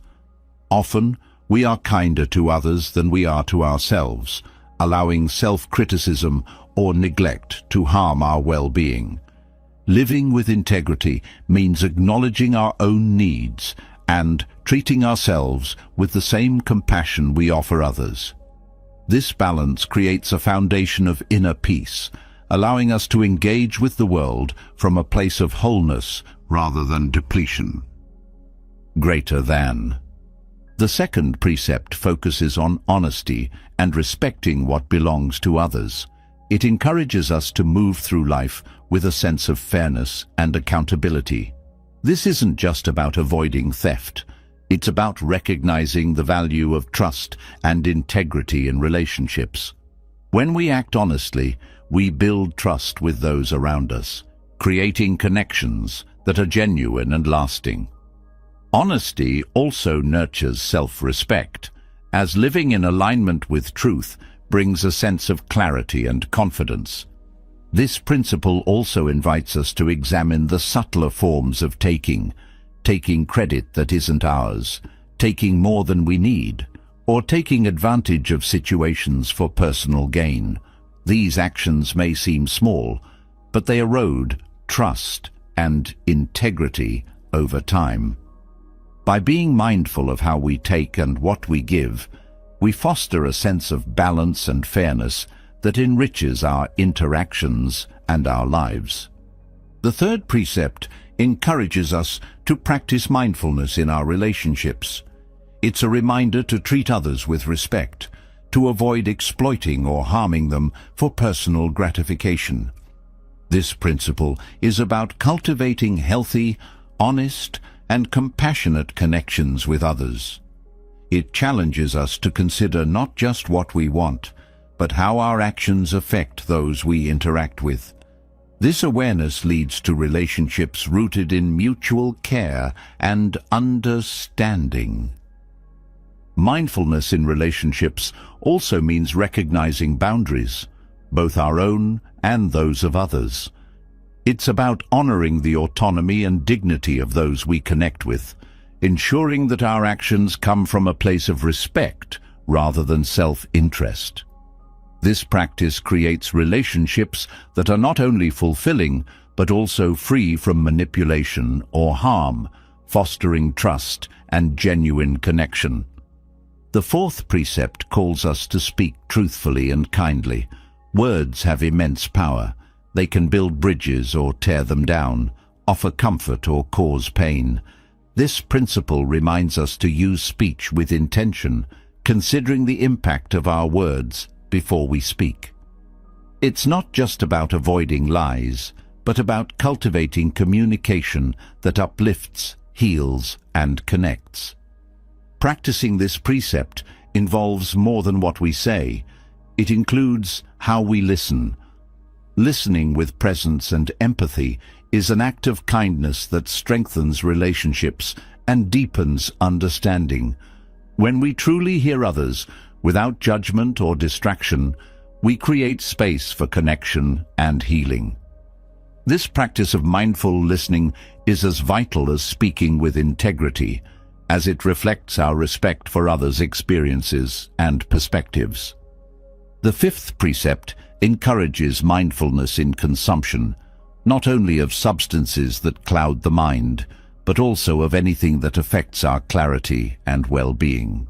This includes what we watch, read, and listen to, as these inputs shape our thoughts, emotions, and actions. By being selective about what we take in, we create an environment that supports mindfulness and balance. This principle also reminds us of the importance of moderation. Overindulgence, whether in food, entertainment, or substances, can lead to distraction and dissatisfaction. Practicing moderation helps us stay grounded, maintaining a sense of control over our impulses and aligning our actions with our deeper intentions. This balance fosters a sense of freedom, as we are no longer driven by cravings or habits that do not serve us. Each of the 5 precepts invites us to reflect on the choices we make daily. They are not about perfection, but about progress, offering a framework to guide our actions with awareness and care. Living by these principles creates a ripple effect, as ethical actions inspire others and contribute to a more compassionate world. When we align our behavior with these values, we find that integrity is not just a moral ideal, but a path to fulfillment. Greater than. The precepts also teach us to take responsibility for our actions. Instead of blaming circumstances or others, we learn to reflect on how our choices shape our experiences. This accountability is empowering. It reminds us that we have the ability to create a life of meaning and purpose through the actions we take. By living with intention, we transform not only our own lives, but also the lives of those we touch.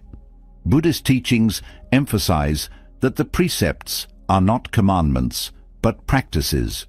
They are invitations to explore how living ethically enhances our well-being and strengthens our connections.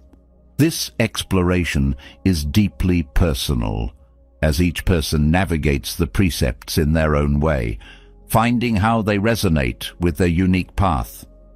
This flexibility allows the principles to remain relevant and accessible no matter where we are in life.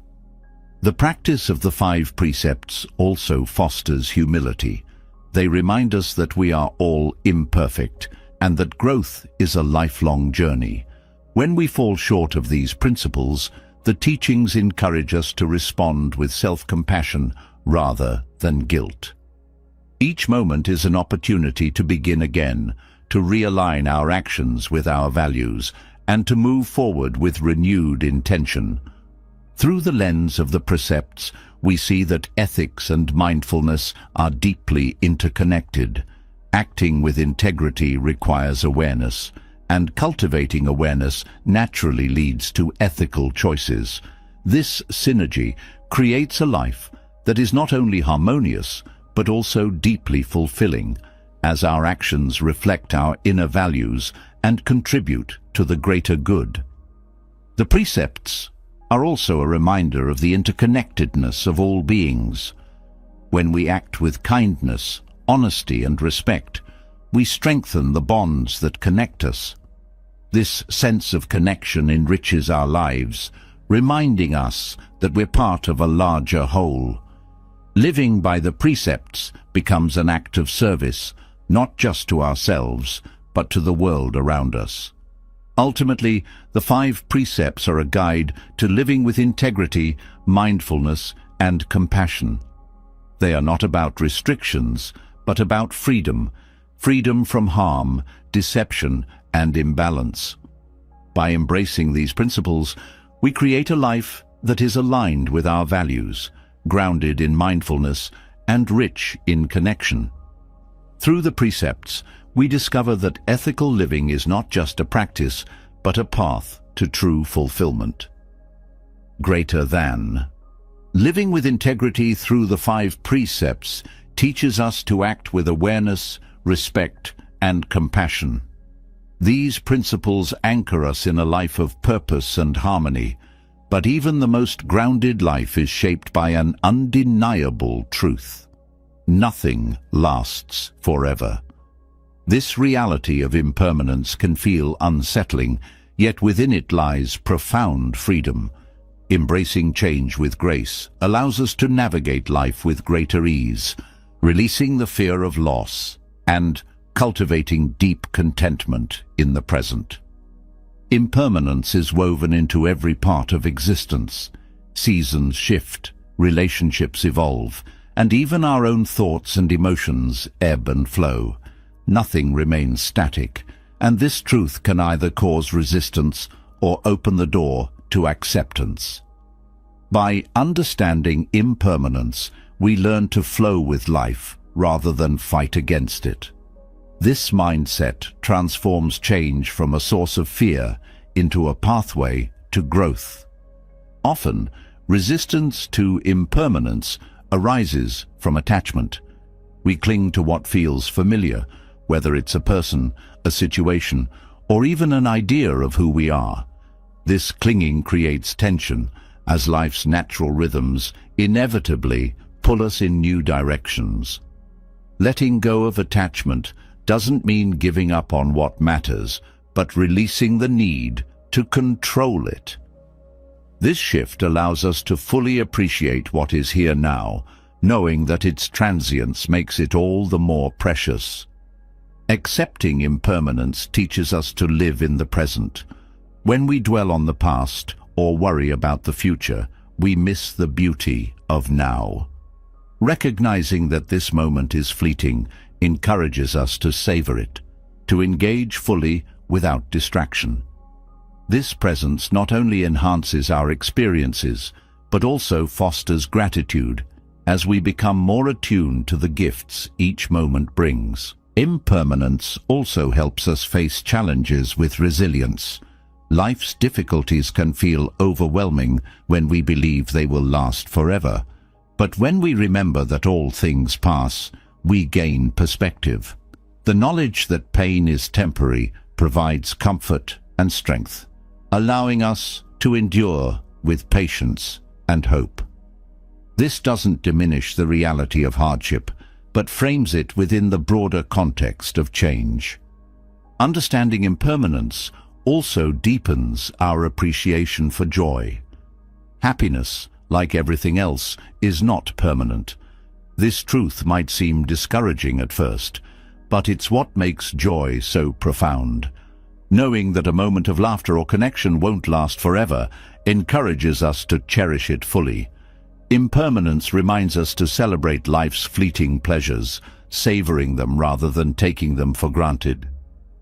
Greater than. Impermanence also encourages humility. When we acknowledge that everything, including ourselves, is subject to change, we become less attached to ego and more open to growth. This humility allows us to adapt, to learn, and to evolve without being weighed down by rigid identities or expectations. It's a liberation from the need to prove or preserve, making space for authenticity and self-discovery. This understanding of impermanence also nurtures compassion. Recognizing that everyone is navigating the transient nature of life fosters empathy. It reminds us that joy, pain, love, and loss are shared human experiences. This perspective softens judgment and deepens connection as we see others not as separate but as fellow travelers on the same ever-changing path.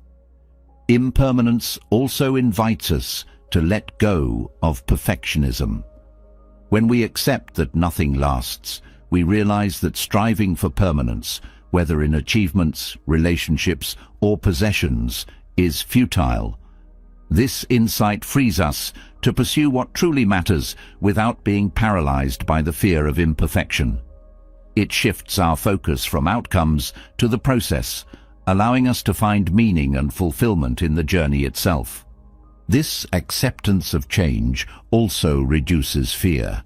Much of our anxiety stems from the unknown, from the uncertainty of what lies ahead. But when we embrace impermanence, we see uncertainty not as a threat, but as a natural part of life. This perspective fosters courage, as we learn to face the unknown with curiosity and trust, rather than resistance. Impermanence also enriches our relationships. Knowing that our time with others is limited encourages us to be fully present and to express love and appreciation openly. It reminds us not to take connections for granted, to resolve conflicts with kindness, and to create memories that endure even as circumstances change. This awareness deepens the quality of our relationships, making them more meaningful and intentional. The practice of accepting impermanence also extends to our relationship with ourselves. We often cling to past versions of who we were or set rigid expectations for who we should be. Embracing change allows us to release these constraints and honor our growth. It encourages self-compassion, reminding us that transformation is a natural and necessary part of life. Impermanence also invites us to reflect on our priorities. When we recognize that time is finite, we become more intentional about how we spend it. This awareness helps us align our actions with our values, focusing on what truly matters rather than getting caught up in distractions. It's a reminder to live with purpose, to create a life that reflects our deepest intentions. This understanding of impermanence also fosters a sense of wonder. When we see the world as constantly evolving, we begin to appreciate its dynamism and beauty. Each moment becomes a unique expression of life's endless creativity. This perspective invites us to approach life with curiosity and awe, finding joy in the ever-changing tapestry of existence. Greater than. Embracing impermanence also helps us navigate loss. Whether it's the end of a relationship, the passing of a loved one, or the closing of a chapter, loss is an inevitable part of life. While it brings pain, it also holds the potential for transformation. Accepting impermanence doesn't erase grief, but allows us to hold it with grace, finding meaning and growth in the midst of change. Impermanence also teaches us to let go of control. Life is unpredictable, and no amount of planning or effort can guarantee outcomes. By releasing the need to control everything, we create space for flow and spontaneity. This surrender is not passive, but an active choice to trust life's unfolding, finding peace in its natural rhythms. This perspective also fosters gratitude for life's simplicity. When we accept that nothing lasts, we begin to see the value in small, everyday moments. A shared meal, a kind word, a quiet evening. These moments, though fleeting, become sources of profound joy and connection. Impermanence teaches us to find contentment not in grand achievements, but in the richness of the present. Ultimately, embracing impermanence is about freedom. It's the freedom to live without clinging, to love without fear, and to face life's uncertainties with grace. This freedom doesn't come from denying change, but from accepting it fully, allowing us to move through life with a sense of peace and wonder. Impermanence is not a loss, but a gift, a reminder that life's beauty lies in its impermanence, in the ever-changing flow that makes each moment unique and precious. Accepting impermanence opens the door to freedom by teaching us how to embrace life's changes with grace. But true peace comes from cultivating something deeper, a steady calmness that remains unshaken regardless of what life brings. This is equanimity, the ability to maintain balance in the face of both joy and sorrow, success and failure. It is not detachment or indifference, but a profound inner stability that allows us to navigate life's ups and downs with clarity and ease. In a world that constantly shifts, equanimity is the anchor that keeps us grounded. Equanimity begins with self-awareness. Without recognizing how your emotions ebb and flow, it's easy to be swept away by them. By observing your thoughts and feelings without judgment, you create a space between yourself and your reactions. This space gives you the freedom to respond thoughtfully instead of reacting impulsively. Self-awareness isn't about suppressing emotions, but about acknowledging them with understanding, allowing you to move through them with balance. Greater than. This balance is rooted in perspective. When faced with challenges, it's tempting to see them as permanent or overwhelming. Equanimity teaches us to take a step back and view the situation within the broader context of life. Everything is temporary, and recognizing this impermanence helps us avoid clinging to fleeting moments or resisting inevitable changes. Perspective softens the edges of hardship and allows us to approach difficulties with patience and resilience. Equanimity also invites us to let go of attachment to outcomes. Much of our stress and frustration comes from clinging to specific results or expectations. When things don't go as planned, we feel defeated or upset. Cultivating equanimity means embracing the process rather than fixating on the outcome. It's about putting forth your best effort and then accepting whatever unfolds. This acceptance doesn't mean passivity, but a willingness to trust the flow of life, even when it diverges from your plans. The practice of equanimity also involves understanding the nature of emotions. Feelings, whether positive or negative, are like waves. They rise, peak, and eventually fade. By observing this natural rhythm, you can avoid being consumed by intense emotions. This doesn't mean suppressing joy or grief, but approaching both with a steady heart. When happiness arises, you enjoy it without clinging. When pain surfaces, you endure it without despair.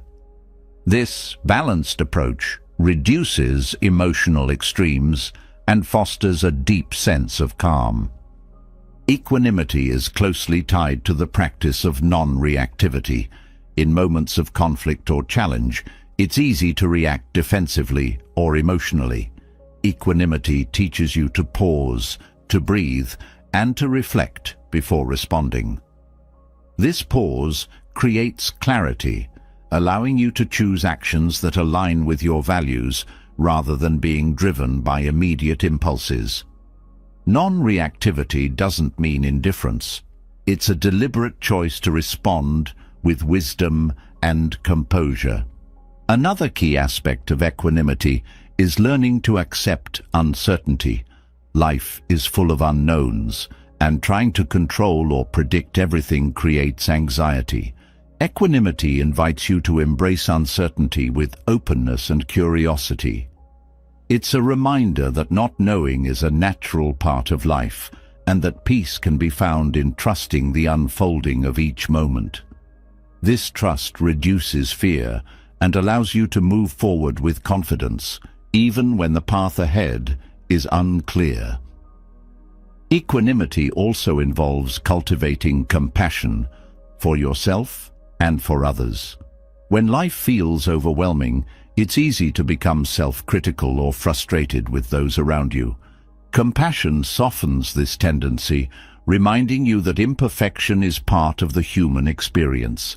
By treating yourself and others with kindness, you create an inner environment of support and understanding, which strengthens your ability to remain calm amidst challenges. Greater than. This practice also teaches us to let go of judgment. Often we categorize experiences, people, or emotions as good or bad, creating unnecessary tension. Equanimity encourages us to see things as they are, without assigning labels or attaching value. This neutral perspective allows us to approach life with openness, finding lessons and growth even in situations we might initially resist. Equanimity is further nurtured by cultivating gratitude. When you focus on what you have rather than what you lack, you create a foundation of contentment that supports emotional stability. Gratitude shifts your perspective from scarcity to abundance, making it easier to remain calm and centered, even when faced with challenges. It's a reminder that peace comes not from having everything, but from appreciating what is already here. Another element of equanimity is understanding the interconnectedness of all things. Life is a web of interdependent experiences, and recognizing this connection helps you approach situations with humility and understanding. When you see yourself as part of a greater whole, you become less consumed by personal struggles and more attuned to the larger flow of life. This perspective fosters a sense of balance, as you understand that no single moment or event defines your entire existence. Equanimity also requires practice. It's not something you achieve overnight, but a skill developed through consistent effort. Meditation, mindfulness, and reflection are powerful tools for cultivating equanimity.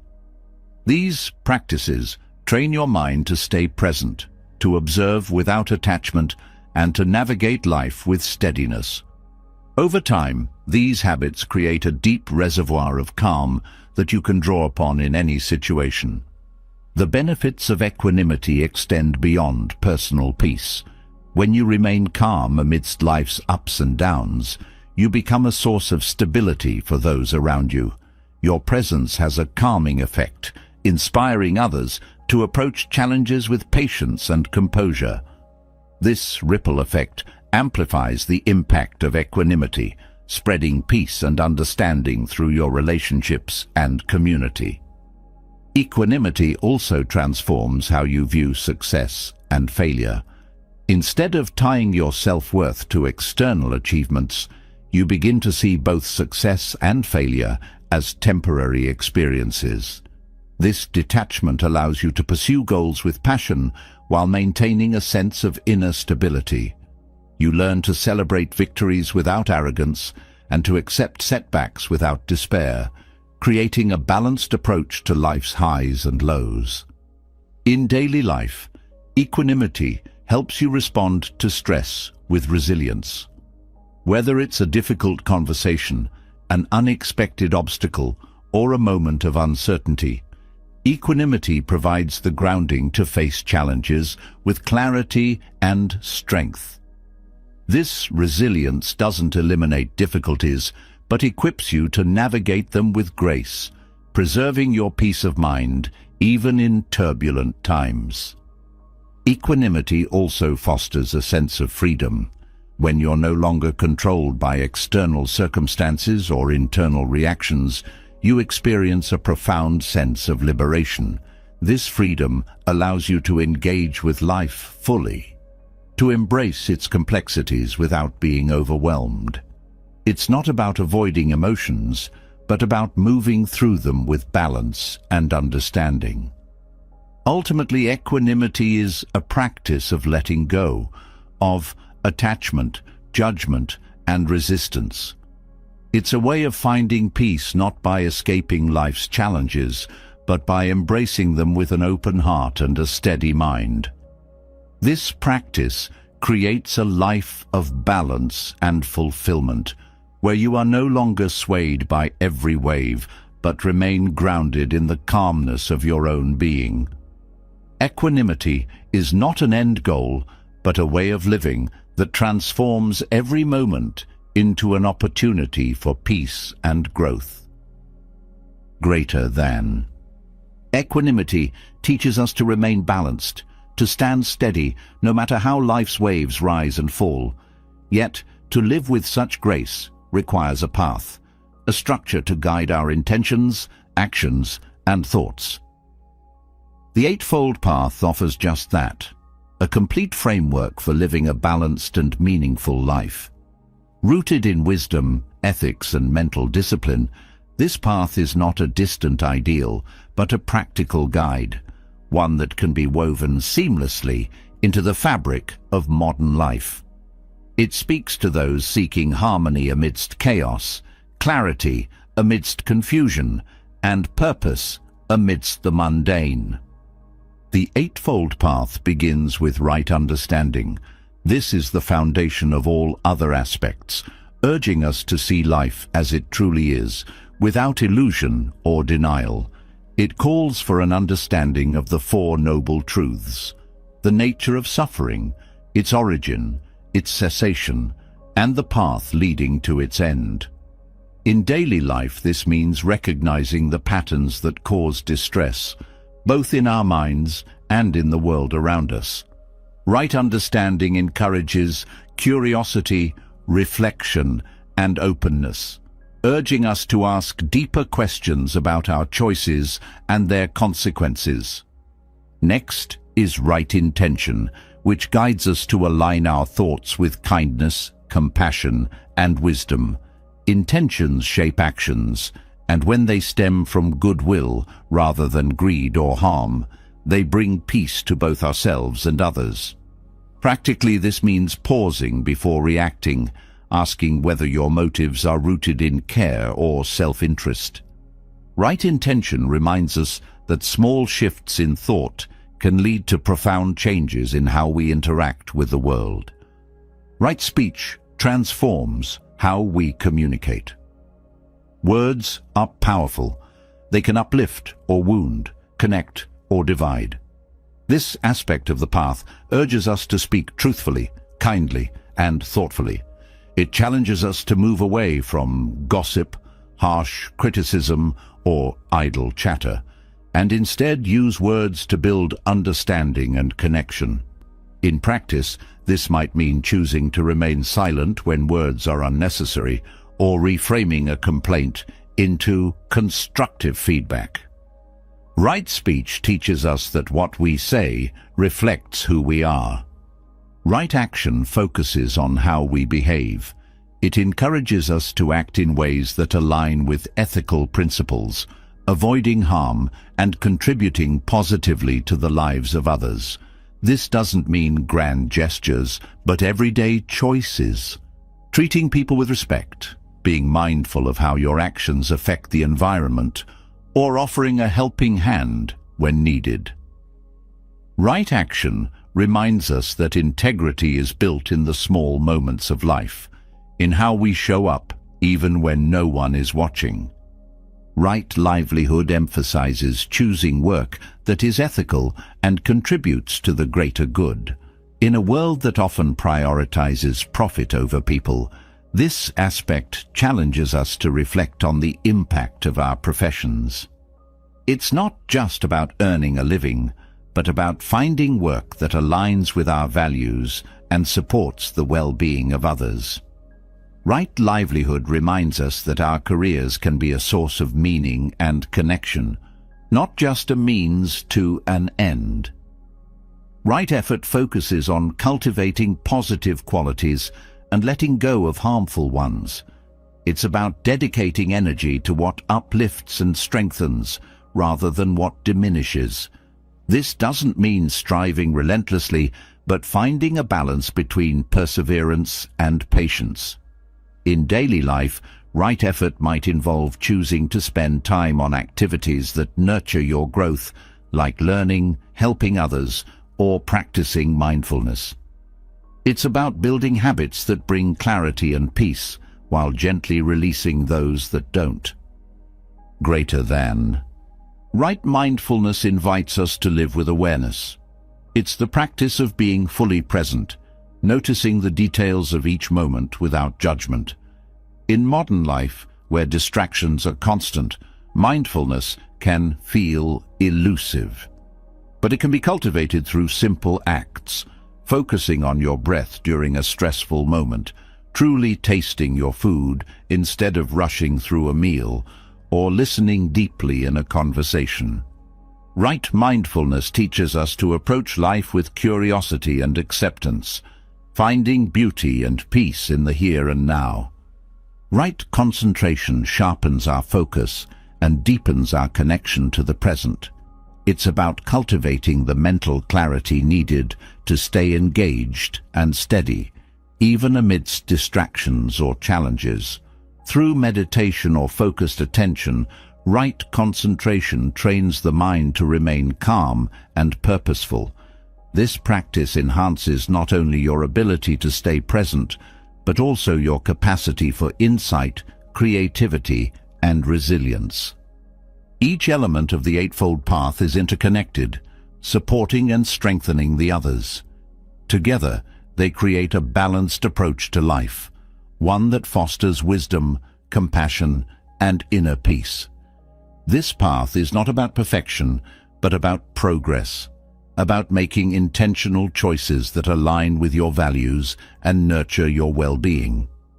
In modern life, the Eightfold Path is a reminder that balance is not found in extremes, but in integration.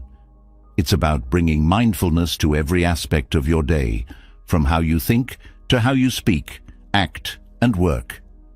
This path doesn't require dramatic changes, but small, consistent efforts, moments of awareness and intention that add up to a life of meaning and harmony.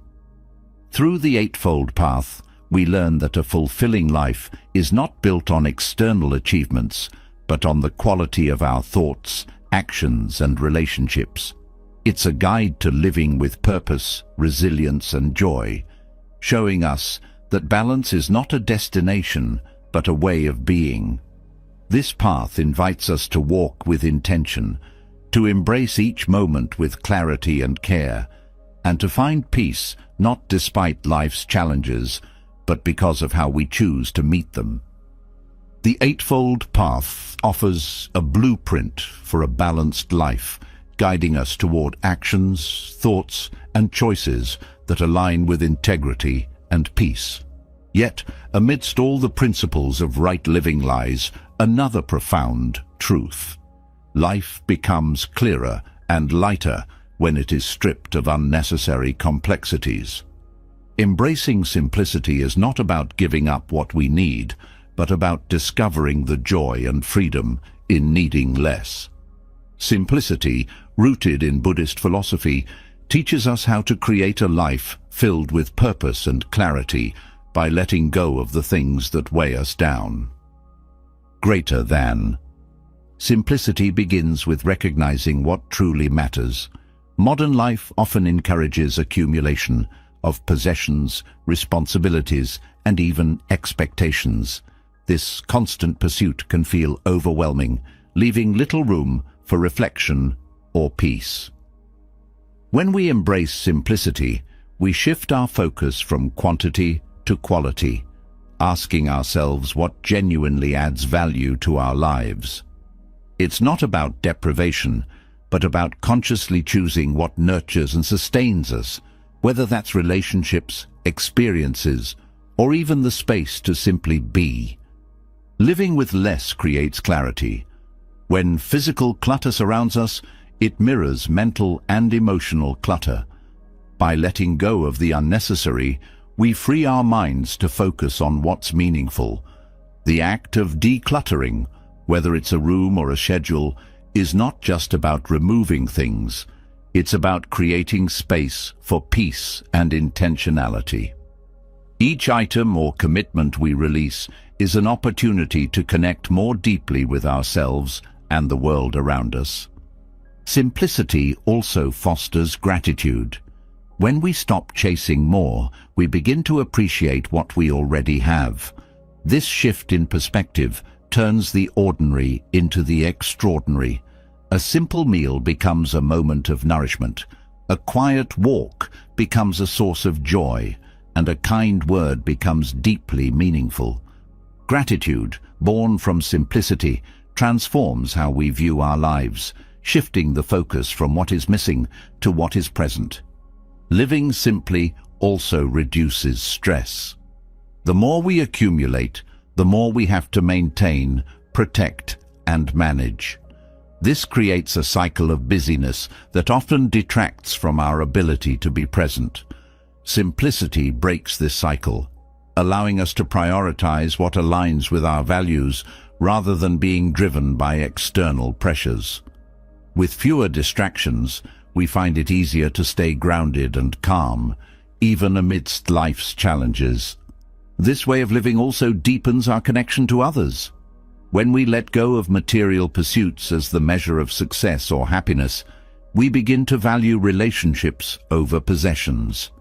Simplicity teaches us that shared experiences and authentic connections bring far more joy than anything we can own.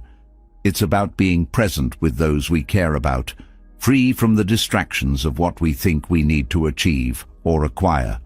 Embracing simplicity also nurtures creativity. When life is less cluttered, the mind has space to explore, imagine, and create.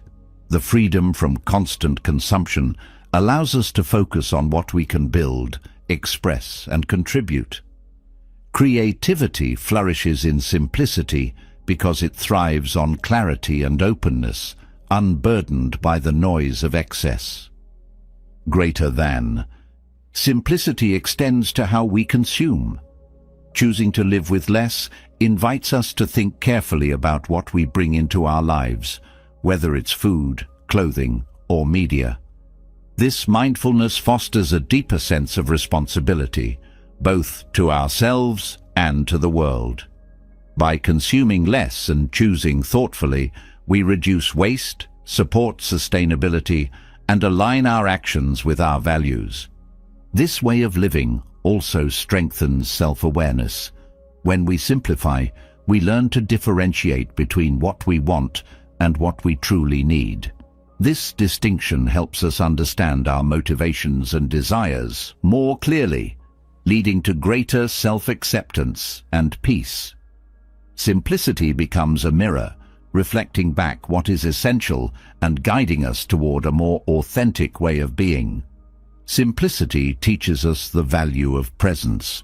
When we're not constantly seeking more, we can fully engage with what is in front of us. This presence turns everyday moments into sources of joy and meaning. Whether it's savoring a cup of tea, watching the sunrise, or having a heartfelt conversation, simplicity reminds us that life's beauty often lies in its simplest moments. This practice also cultivates freedom. The less we're attached to possessions or external validation, the freer we become to live authentically. Simplicity liberates us from the need to compare, compete, or conform, allowing us to focus on what brings true fulfillment. This freedom is not about rejecting the world, but about engaging with it on our own terms, with clarity and purpose. Simplicity also enhances our relationship with time. When life is cluttered, it's easy to feel like there's never enough time. But when we simplify, we begin to see time not as a resource to be managed, but as a gift to be cherished. We prioritize activities and relationships that align with our values, creating a sense of abundance and balance. Time becomes a friend rather than a source of stress. Living simply also fosters humility. When we let go of the need to prove ourselves through material success or achievements, we become more grounded. This humility opens the door to deeper connections with others, as we approach life with authenticity and respect rather than ego. Simplicity reminds us that our worth is not defined by what we have, but by how we live and connect with the world. This philosophy also helps us embrace impermanence. When we stop clinging to possessions or outcomes, we become more accepting of life's changes. Simplicity teaches us that nothing lasts forever, and that this transience is what makes life beautiful. By letting go of attachment, we find peace in the flow of life, appreciating each moment for what it is. Simplicity also nurtures resilience. When we rely less on external things for happiness, we become more self-sufficient.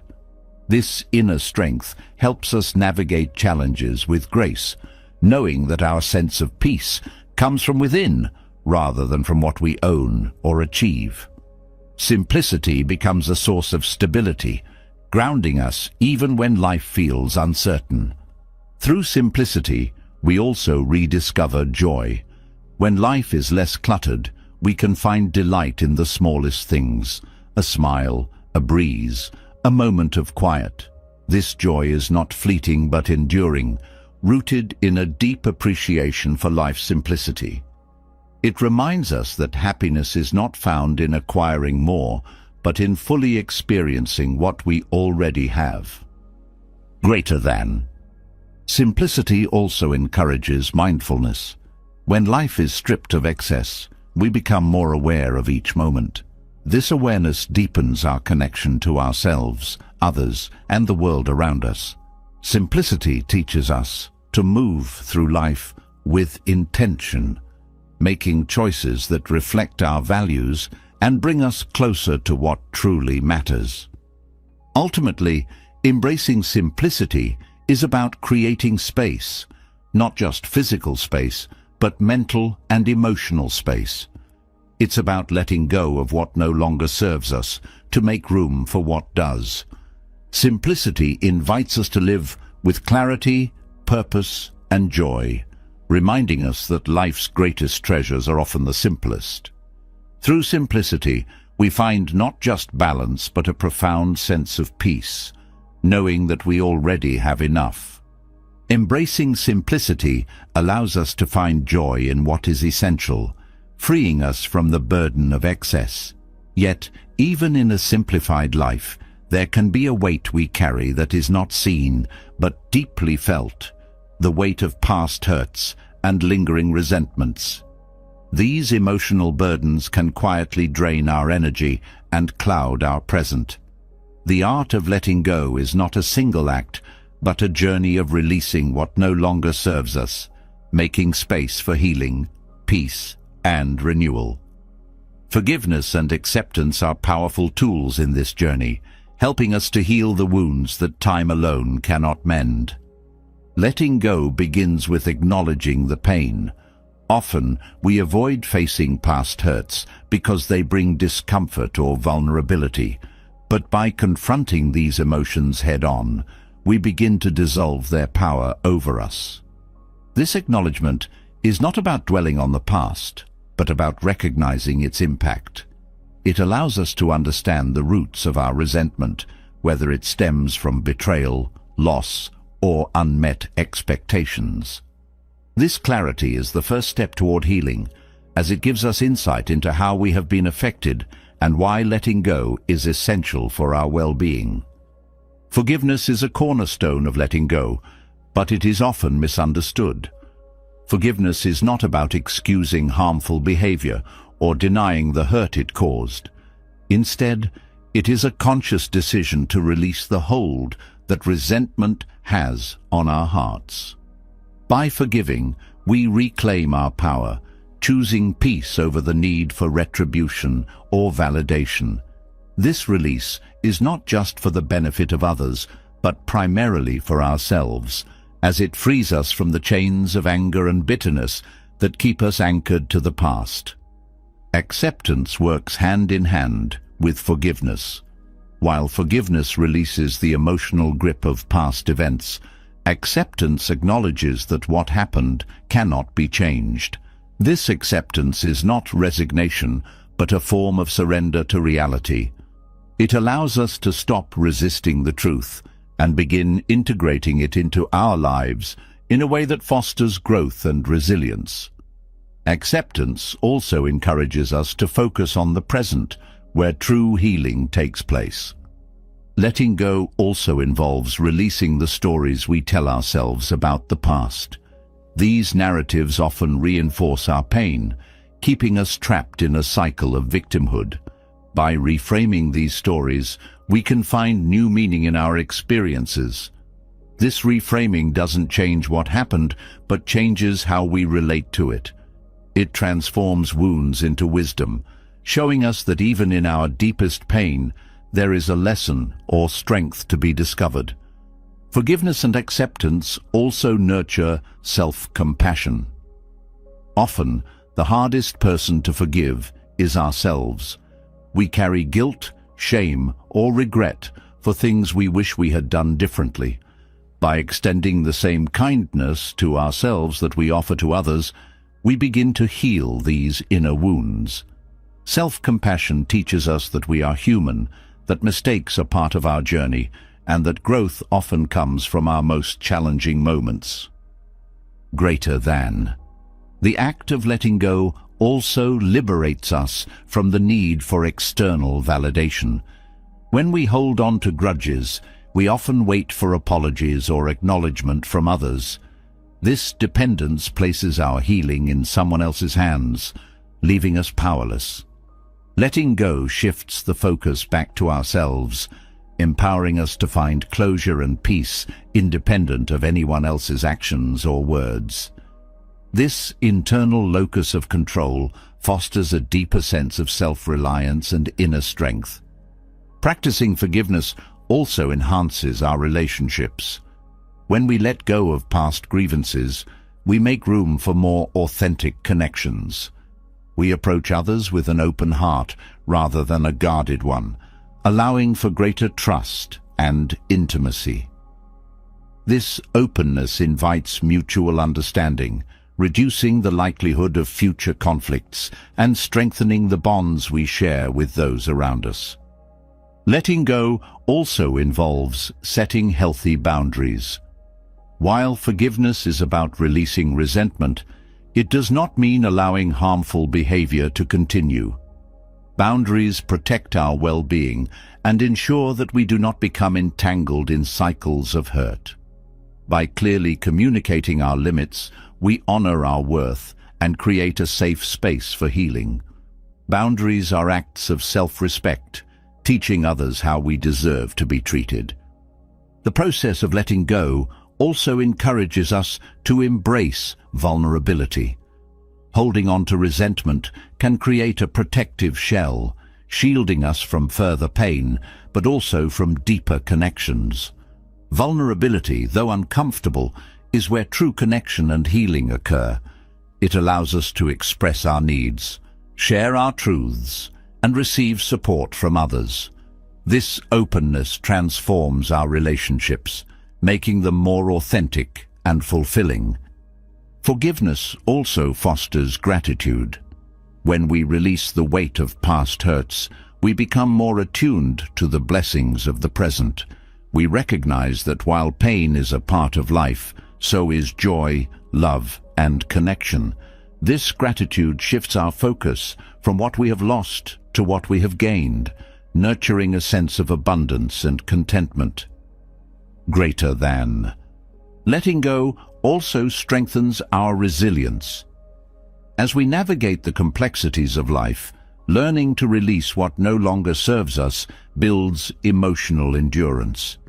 This resilience doesn't mean we are unaffected by pain, but that we can move through it without becoming defined by it. Resilience empowers us to face new challenges with courage and optimism, knowing that we have the strength to heal and grow. The art of letting go is also about cultivating inner peace. When we are no longer tethered to past grievances, our minds and hearts become clearer. This clarity enhances our ability to focus, to be present, and to engage with life fully. Inner peace is not the absence of difficulties, but the presence of a steady calm amidst them. It is the quiet strength that allows us to navigate life's storms with grace. Letting go also involves embracing the present moment. Resentment keeps us anchored in the past, preventing us from fully experiencing the now. By releasing old hurts, we open ourselves to the richness of the present, its opportunities, joys, and connections. This presence is where true healing and transformation occur, as we learn to appreciate the unfolding of each day without the shadow of yesterday. Ultimately, the art of letting go is a path to freedom. It frees us from the burdens of the past, from the limitations of resentment, and from the need for control. This freedom is not about forgetting, but about choosing how we carry our experiences. It's about transforming pain into purpose, wounds into wisdom, and hurt into hope. Through letting go, we discover that true strength lies not in holding on, but in the courage to release. This release is where we find our deepest peace, our truest selves, and the boundless potential of a life unburdened. Letting go opens the heart and mind to freedom, allowing us to move forward unburdened by the weight of the past. Yet, freedom also calls for direction, a guiding principle that aligns our choices with a deeper purpose. This is where the concept of Dharma comes into play. Dharma, rooted in ancient wisdom, is not a rigid doctrine, but a living truth, an understanding of the natural order that fosters harmony and balance. It calls us to act with intention, integrity, and awareness, offering a way to navigate life's complexities while staying true to universal values. Dharma begins with recognizing that every action we take has a ripple effect. The choices we make, whether small or large, contribute to the harmony or discord of the world around us. Living in accordance with Dharma means choosing actions that align with truth, compassion, and justice. It is a way of living that respects both individual needs and the greater good, reminding us that our lives are deeply interconnected with those of others. Central to the concept of Dharma is the idea of purpose. Each person has a unique role to play in the tapestry of life, and understanding this role brings clarity and fulfillment. Dharma is not about conforming to societal expectations, but about aligning with one's inner calling. It invites us to reflect on our strengths, passions, and values, using them to contribute meaningfully to the world. When we live with purpose, our actions become more intentional, and life feels more aligned with a sense of flow. Dharma also teaches balance. Life often pulls us in many directions, and without a guiding principle, it's easy to become overwhelmed or distracted. Dharma provides a steady compass, helping us prioritize what truly matters. This balance isn't about perfection, but about making choices that nurture harmony within ourselves and our relationships. It reminds us to honor both our personal well-being and our responsibilities to others. Greater than. Living in accordance with Dharma also involves integrity. It calls us to act truthfully and ethically, even when faced with challenges or temptations. This integrity is not just about external behavior, but about inner alignment, ensuring that our thoughts, words, and actions reflect our deepest values. When we live with integrity, we build trust with ourselves and others, creating relationships that are grounded in respect and authenticity. Dharma also emphasizes the importance of awareness. To live in harmony with universal truth, we must first be present to it. This awareness involves observing the world with curiosity and openness, noticing the patterns and rhythms that guide life. It also means being attuned to our inner world, understanding our emotions, intentions, and desires. Awareness helps us navigate life with clarity, making choices that reflect wisdom rather than impulse. Another key aspect of Dharma is responsibility. Living in alignment with truth means taking responsibility for our actions and their impact. It requires us to recognize our role in creating harmony or discord, both in our personal lives and in the broader world. This responsibility is empowering, as it reminds us that we have the ability to contribute positively to the world through our choices and actions. Dharma also teaches us to embrace adaptability. Life is dynamic, and circumstances often change in ways we cannot control. Living in accordance with Dharma means remaining flexible, responding to challenges with creativity and resilience. It's about staying true to core values while adapting to the realities of the moment. This adaptability ensures that we remain balanced and effective, even in the face of uncertainty. The practice of Dharma also nurtures humility. It reminds us that we are part of a greater whole, interconnected with all living beings. This perspective encourages us to approach life with respect and gratitude, recognizing that our actions are not isolated, but part of a larger web of cause and effect. Humility allows us to listen, learn, and grow, fostering deeper connections with others and with the world. Dharma also invites us to find joy in service. When we align our actions with the greater good, we experience a sense of purpose that transcends personal gain. Service becomes an expression of love and compassion, a way to contribute to the well-being of others while deepening our own fulfillment. This joy is not found in grand gestures, but in everyday acts of kindness and generosity. Living in alignment with Dharma also helps us navigate conflict. When disagreements arise, Dharma encourages us to seek understanding rather than dominance. It teaches us to approach challenges with patience and empathy, finding solutions that honor both our needs and those of others. This approach transforms conflict into an opportunity for growth and connection. Dharma also fosters resilience. By aligning with universal truth, we develop a sense of inner strength that sustains us through life's ups and downs. This resilience is not about avoiding difficulties, but about facing them with courage and wisdom. Dharma provides a steady foundation, helping us remain grounded and focused even in turbulent times. Greater than. The practice of Dharma also cultivates gratitude. By living in harmony with the natural order, we become more attuned to the beauty and abundance of life. This gratitude deepens our appreciation for both the challenges and the blessings we encounter, fostering a sense of contentment and peace. Another important aspect of Dharma is mindfulness. To live in alignment with truth, we must be fully present to the moment. Mindfulness allows us to engage with life intentionally, making choices that reflect our values and aspirations. It also helps us recognize when we are out of alignment, giving us the opportunity to course correct with compassion and clarity.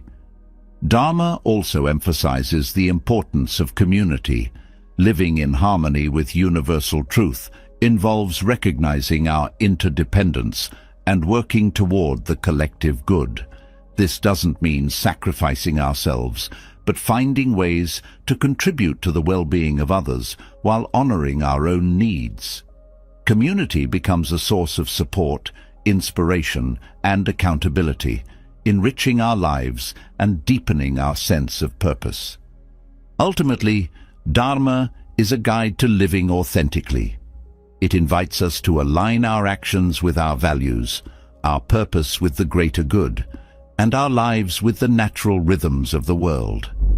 This alignment creates a sense of harmony and fulfillment, transforming how we experience ourselves and our place in the world. Through Dharma, we discover that true balance is not about achieving perfection, but about living with intention, integrity, and compassion.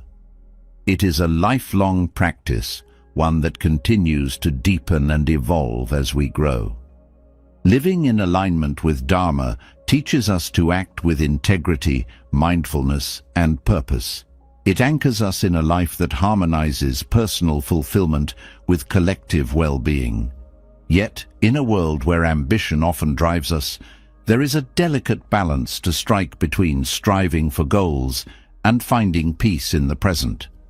This balance between ambition and contentment is one of the most profound lessons of Buddhist philosophy.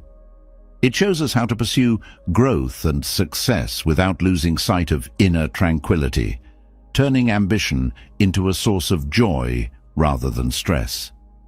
Ambition, when rooted in mindfulness, can be a powerful force for positive change.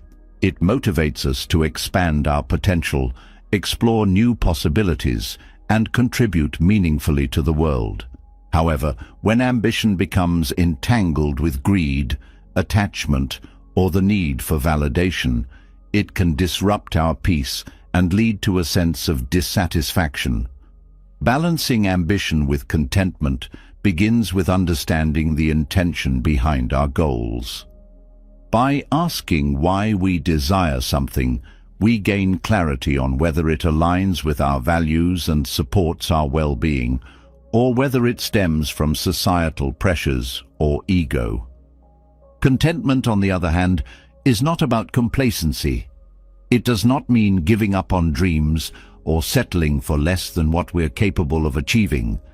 Instead, contentment is a state of gratitude and acceptance for the present moment, recognizing the abundance that already exists in our lives. This mindset allows us to pursue goals from a place of wholeness rather than lack. When we are content, our ambition is no longer driven by a need to fill an internal void, but by a genuine desire to grow and contribute. Balancing these two forces requires embracing impermanence. In life, achievements and setbacks are fleeting, and attaching our sense of self-worth to them creates instability. By understanding that success and failure are temporary, we learn to appreciate the process of striving rather than fixating on the outcome. This perspective allows us to celebrate progress without becoming overly attached to results, fostering a sense of joy and freedom in our pursuits. Greater than. Ambition must also be guided by ethical mindfulness. When we chase goals at the expense of others or compromise our values, we undermine the very peace we seek to cultivate. Buddhist teachings emphasize the importance of pursuing success with integrity, ensuring that our actions uplift rather than harm. This approach not only leads to more meaningful accomplishments, but also strengthens our relationships and sense of self-respect. Contentment, too, thrives when we practice gratitude. By appreciating what we have, we cultivate a mindset of abundance that counters the restless desire for more. Gratitude shifts our focus from what is missing to what is present, allowing us to pursue goals with a sense of appreciation rather than dissatisfaction. It reminds us that success is not measured solely by external achievements, but by the depth of our inner peace and fulfillment. The balance between ambition and contentment also involves cultivating self-awareness. By observing our thoughts and emotions, we can recognize when ambition becomes unhealthy, when it leads to stress, comparison, or a sense of inadequacy. This awareness helps us pause, reflect, and recalibrate our goals to ensure they align with our well-being. Self-awareness also nurtures contentment, as it allows us to acknowledge and honor our progress without the need for constant external validation. This balance is further supported by practicing detachment. Detachment does not mean giving up on goals, but releasing the need for specific outcomes. It's about focusing on the effort rather than the result, trusting that whatever unfolds is part of a greater process. Detachment frees us from the fear of failure and the pressure to succeed, allowing us to engage fully in our endeavors without being consumed by them.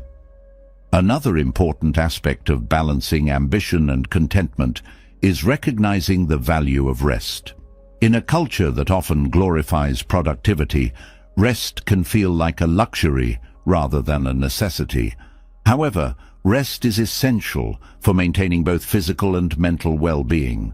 It creates the space for reflection, creativity, and renewal, ensuring that our ambition is sustainable and not driven by burnout. Rest also deepens our contentment, reminding us that life's beauty lies not just in doing, but in being.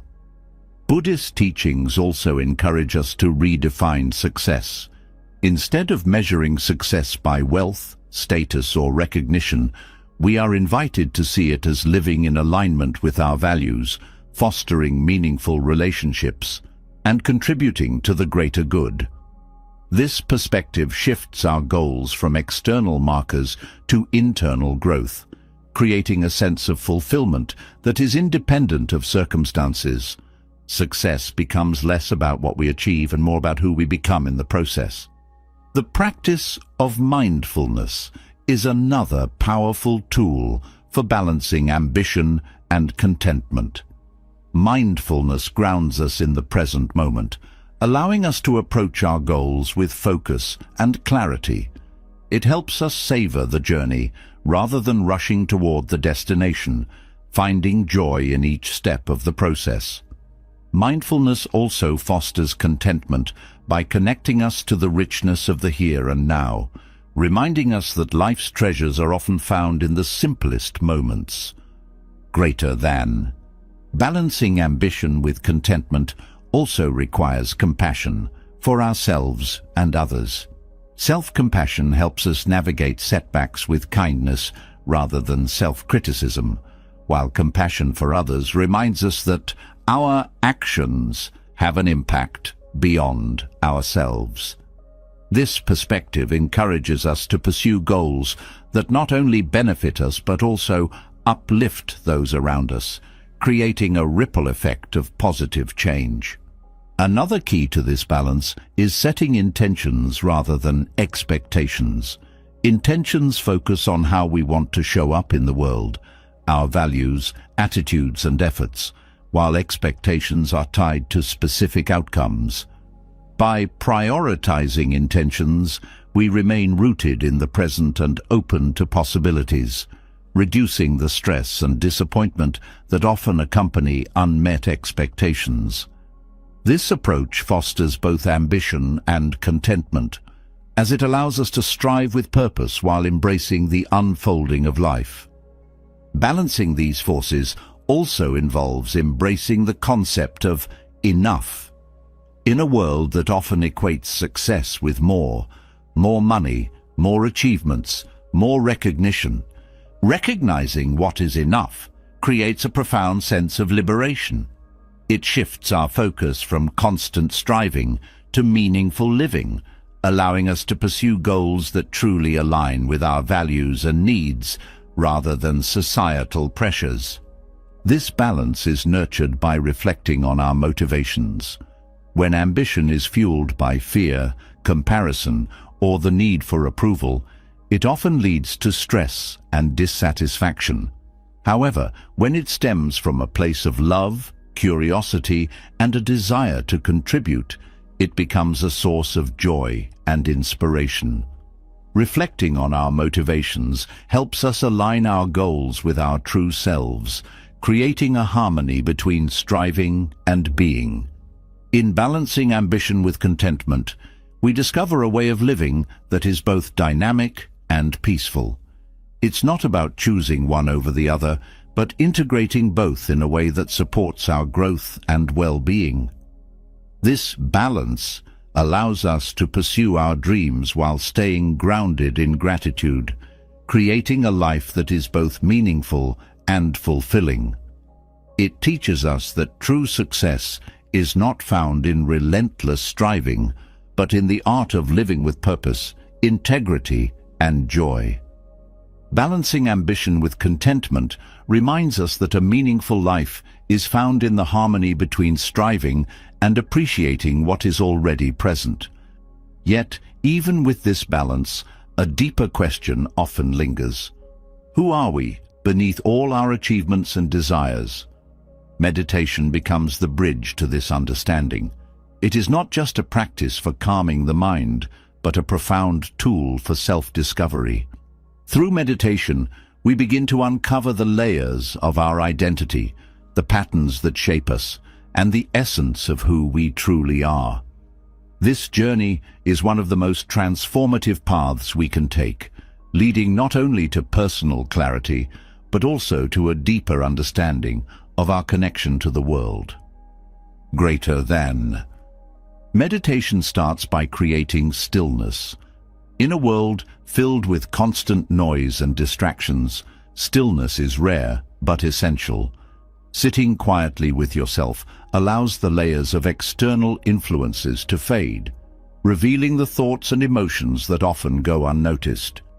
This stillness is not about suppressing thoughts, but observing them without judgment. By paying attention to the patterns of the mind, you begin to see where your energy is directed, what worries you hold on to, and what desires drive you. This awareness is the first step toward understanding yourself. Through meditation, you also cultivate a sense of presence. Much of life is spent either dwelling on the past or worrying about the future, pulling us away from the richness of the present moment. Meditation trains the mind to focus on the now, helping you to fully experience each moment without distraction. This presence deepens your connection to yourself as you learn to listen to your inner voice and recognize what truly resonates with your being. It also fosters gratitude as you become more attuned to the beauty and simplicity of life as it unfolds. Meditation also reveals the impermanence of thoughts and emotions.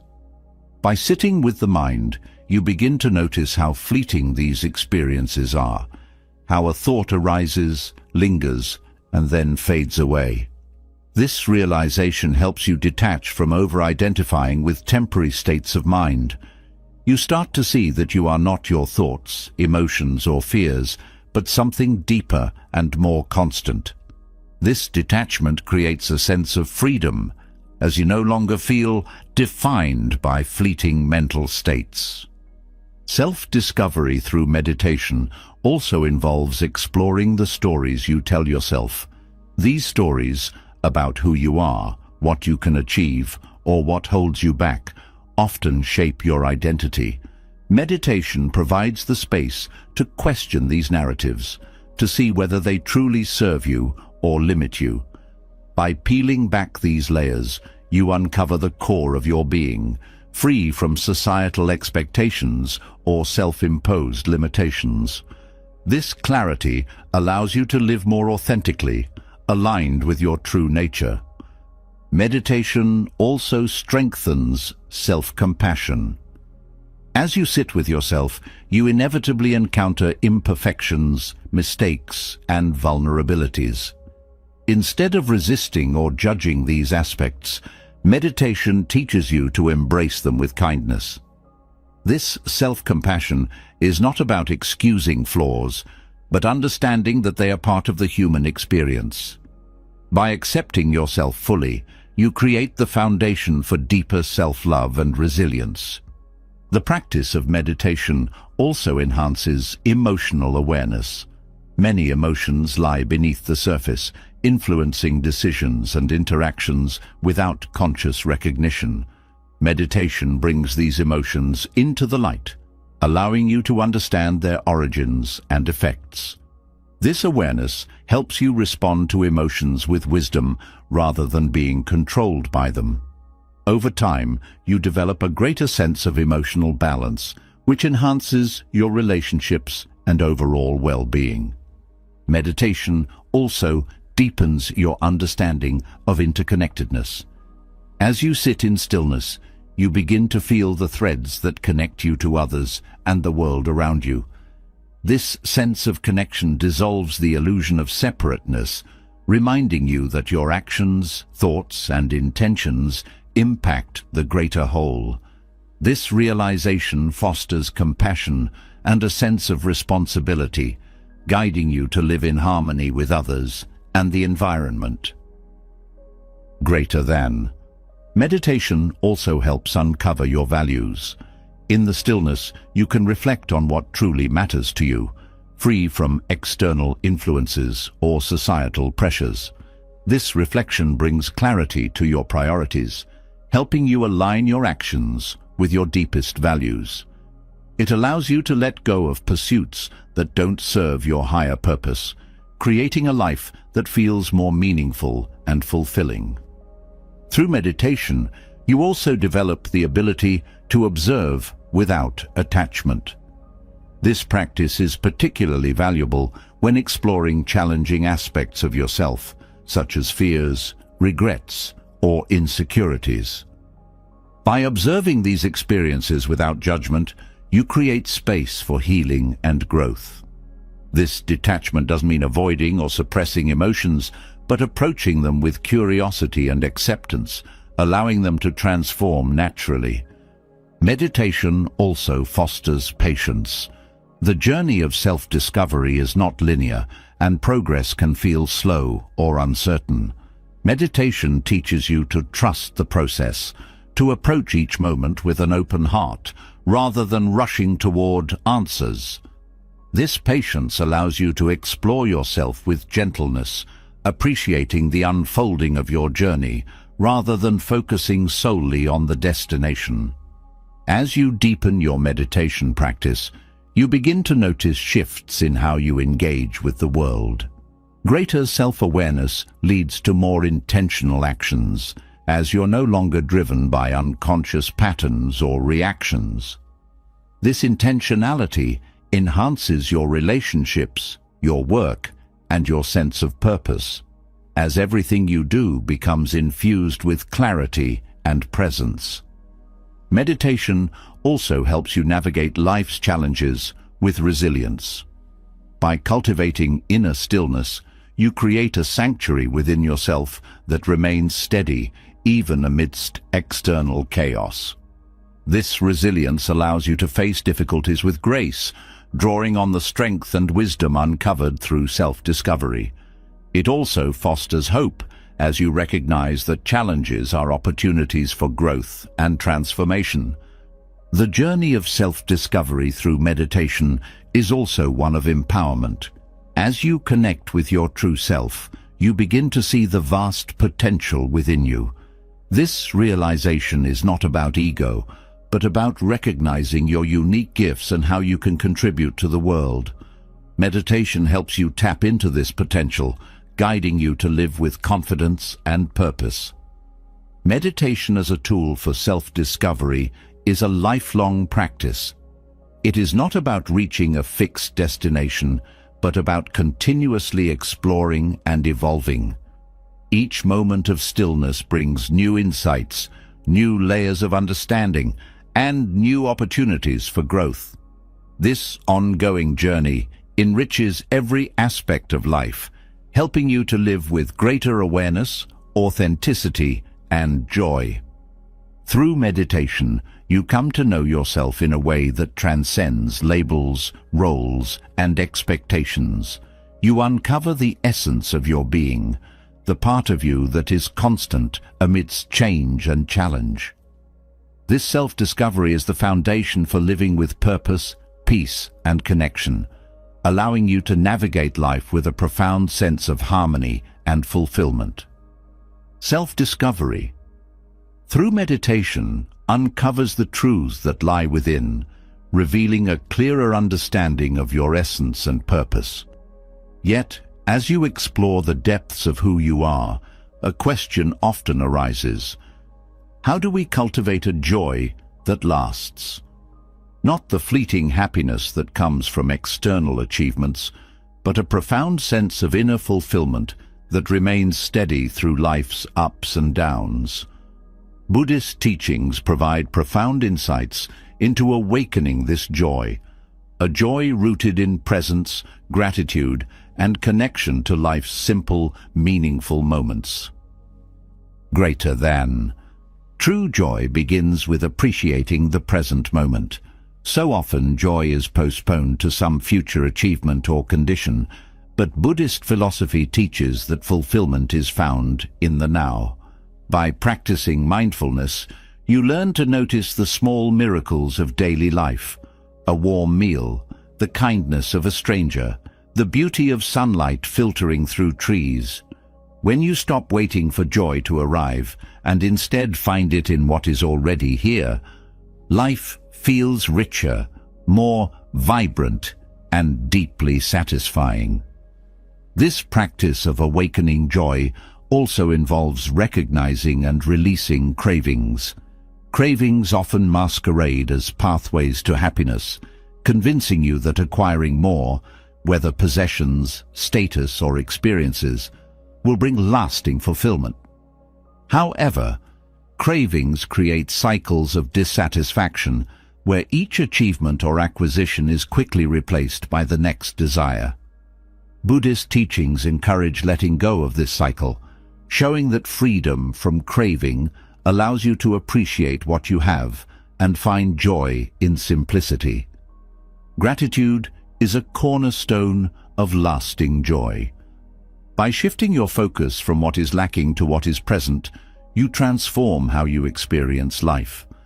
Gratitude doesn't deny challenges, but highlights the blessings that coexist with them. This perspective helps you see that even in difficult times, there is something to cherish, a lesson learned, a connection strengthened, or a moment of peace amidst the storm. Gratitude invites a sense of abundance, showing that joy is not about having more, but appreciating enough. Another pathway to joy is through acts of kindness and generosity. Buddhist teachings emphasize the interconnection of all beings, and when you contribute to the happiness of others, you naturally enhance your own.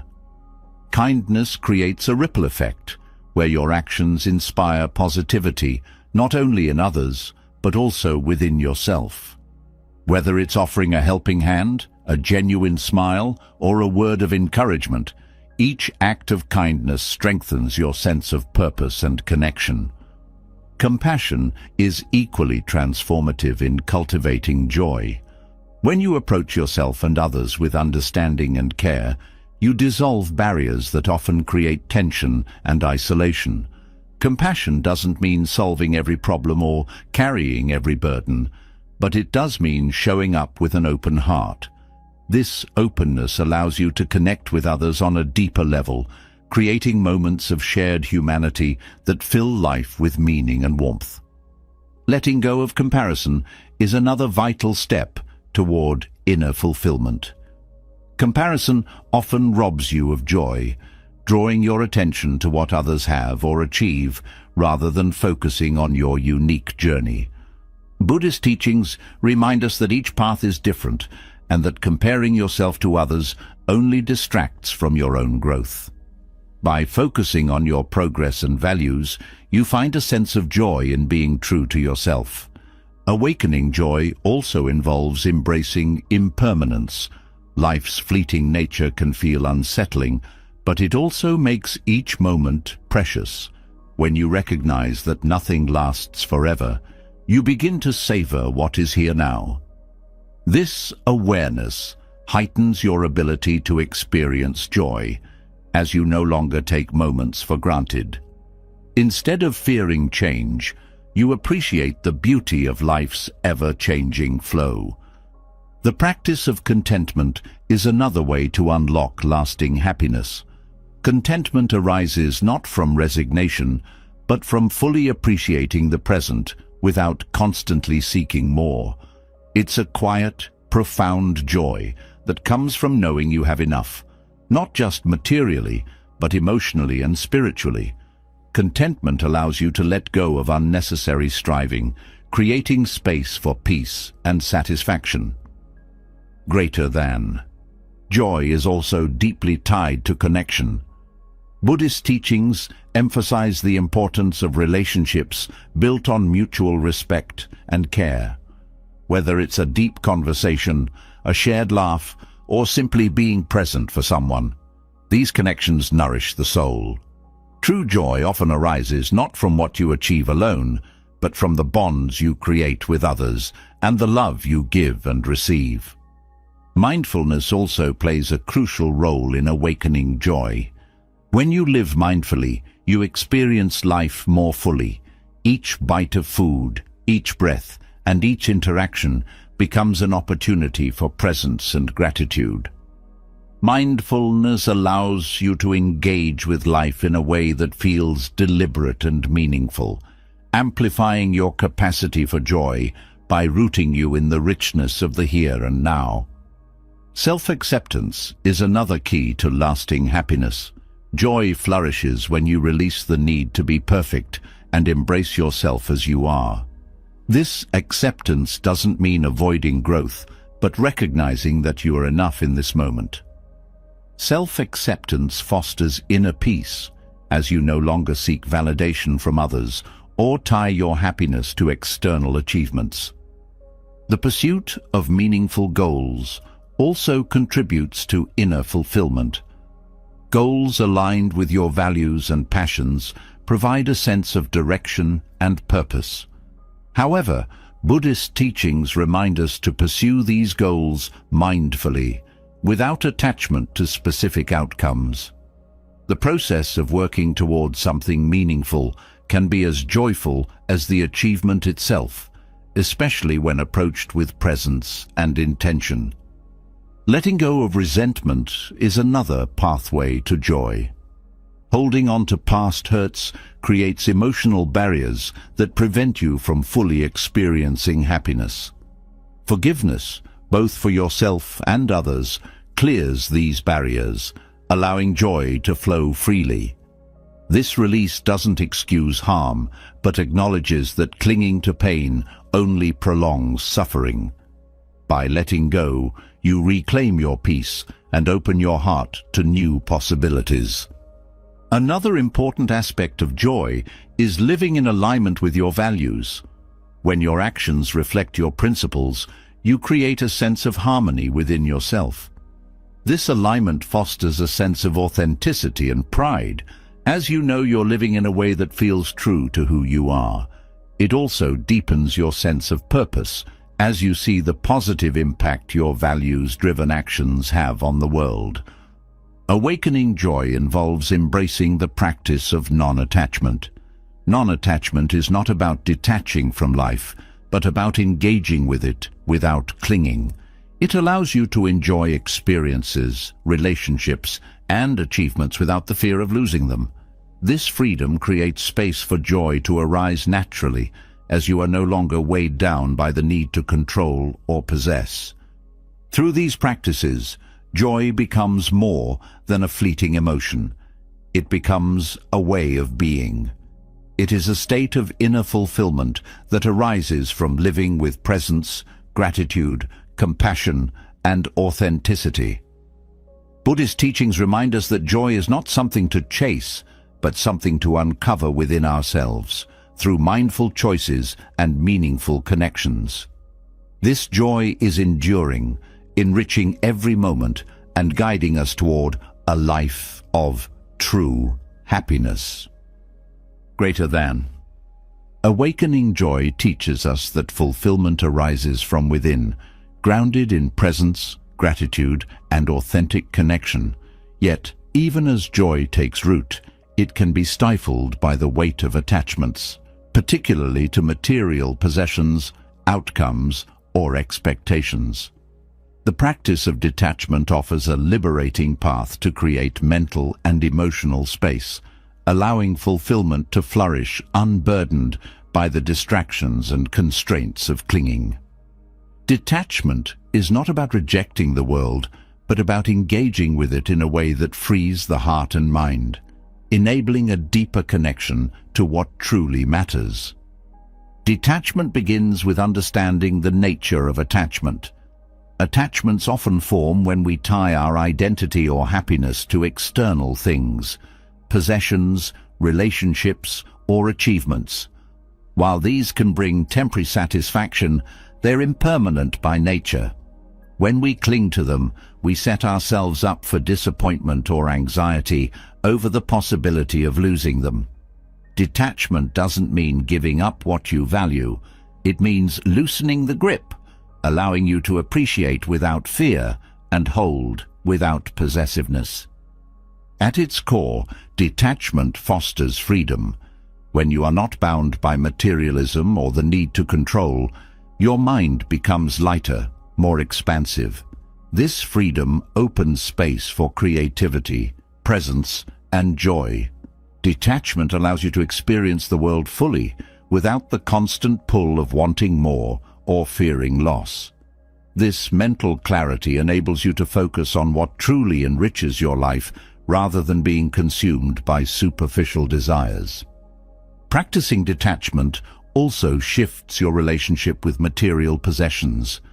Materialism often leads to a cycle of acquisition, where the satisfaction of obtaining something new quickly fades, replaced by the desire for more. Detachment breaks this cycle, teaching you to value quality over quantity and function over excess. You begin to see possessions as tools to support your life rather than symbols of success or identity. This shift not only reduces stress, but also fosters a sense of gratitude for what you already have. Detachment also transforms your relationship with achievements. Goals and ambitions are important, but when they become tied to your self-worth, they create pressure and dissatisfaction. By detaching from specific outcomes, you can pursue goals with a sense of curiosity and purpose rather than a need for validation. This approach allows you to focus on the process, finding fulfillment in the effort itself rather than hinging your happiness on results. Detachment liberates you from the highs and lows of external success, creating a steady foundation of inner peace. Emotional detachment doesn't mean apathy. It means cultivating equanimity. In relationships, clinging to expectations or outcomes can create tension and disappointment. Detachment allows you to love and care for others without trying to control them. It helps you accept people as they are, fostering deeper and more authentic connections. This approach strengthens relationships by replacing neediness with trust and attachment with genuine appreciation. The practice of detachment also encourages resilience. When you are not overly attached to specific circumstances or outcomes, you can navigate challenges with greater flexibility and grace. Detachment doesn't prevent difficulties but helps you approach them with a calm and open mind, allowing you to adapt and grow. This resilience is empowering as it shifts your focus from what you can't control to what you can. Greater than. Detachment is also deeply tied to mindfulness. By being present, you can engage with life without the constant pull of wanting or resisting. Mindfulness teaches you to experience each moment fully, without clinging to pleasure or avoiding discomfort. This balance allows you to find joy in the present rather than chasing it elsewhere. Detachment and mindfulness together create a powerful practice for living with intention and clarity. Another benefit of detachment is reduced stress. Attachment often leads to worry, whether it's about maintaining what you have, achieving what you desire, or avoiding what you fear. Detachment quiets these worries, replacing them with a sense of trust in the natural flow of life. This trust doesn't mean passivity, but an understanding that life is ever-changing, and peace comes from working with this flow rather than resisting it. Detachment also fosters simplicity. When you let go of the need to accumulate or control, life becomes less cluttered, both physically and emotionally. This simplicity creates space for what truly matters, whether it's meaningful relationships, personal growth, or moments of quiet reflection. Detachment helps you prioritize, ensuring your energy is directed toward what aligns with your values and brings fulfillment. Practicing detachment also enhances self-awareness. By examining what you are attached to and why, you gain insight into your desires, fears, and motivations. This awareness helps you understand which attachments serve you and which hinder you. It allows you to make more intentional choices, freeing yourself from habits or patterns that no longer align with your values. Detachment also nurtures compassion. When you are less tied to your own desires and expectations, you can be more present for others. This openness allows you to listen without judgment, support without trying to fix, and love without conditions. Detachment creates space for deeper connections as it removes the barriers of ego and control. The practice of detachment also deepens your sense of gratitude. By letting go of the need for more, you begin to appreciate what is already here.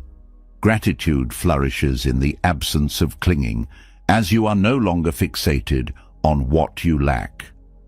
This shift in perspective brings a profound sense of contentment, showing you that fulfillment is not about accumulating, but about appreciating. Detachment also strengthens your relationship with yourself. When you are not tied to external validations or possessions, you begin to see your intrinsic worth. This self-acceptance is empowering, as it frees you from seeking approval or defining yourself by achievements. Detachment allows you to embrace who you are, fostering confidence and peace. Practicing detachment also encourages a sense of curiosity. When you are not overly attached to outcomes, you approach life with openness and wonder. This curiosity allows you to explore new experiences, perspectives, and possibilities without the fear of failure or judgment. Detachment transforms challenges into opportunities for growth and learning. Greater than.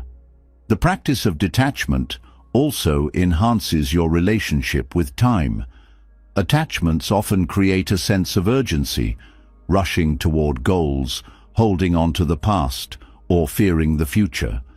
Detachment grounds you in the present, helping you engage with time in a more balanced and intentional way. This perspective allows you to savor moments rather than rush through them, creating a deeper sense of fulfillment. Detachment also aligns with sustainability. By letting go of excessive consumption and focusing on what truly matters, you reduce waste and live more mindfully. This approach not only benefits you, but also contributes to the well-being of the planet. Detachment encourages thoughtful choices that reflect your values, fostering harmony with the environment. Ultimately, detachment is about creating space to breathe, to grow, and to connect with what truly matters. It frees you from the weight of materialism, the pressure of expectations, and the fear of loss.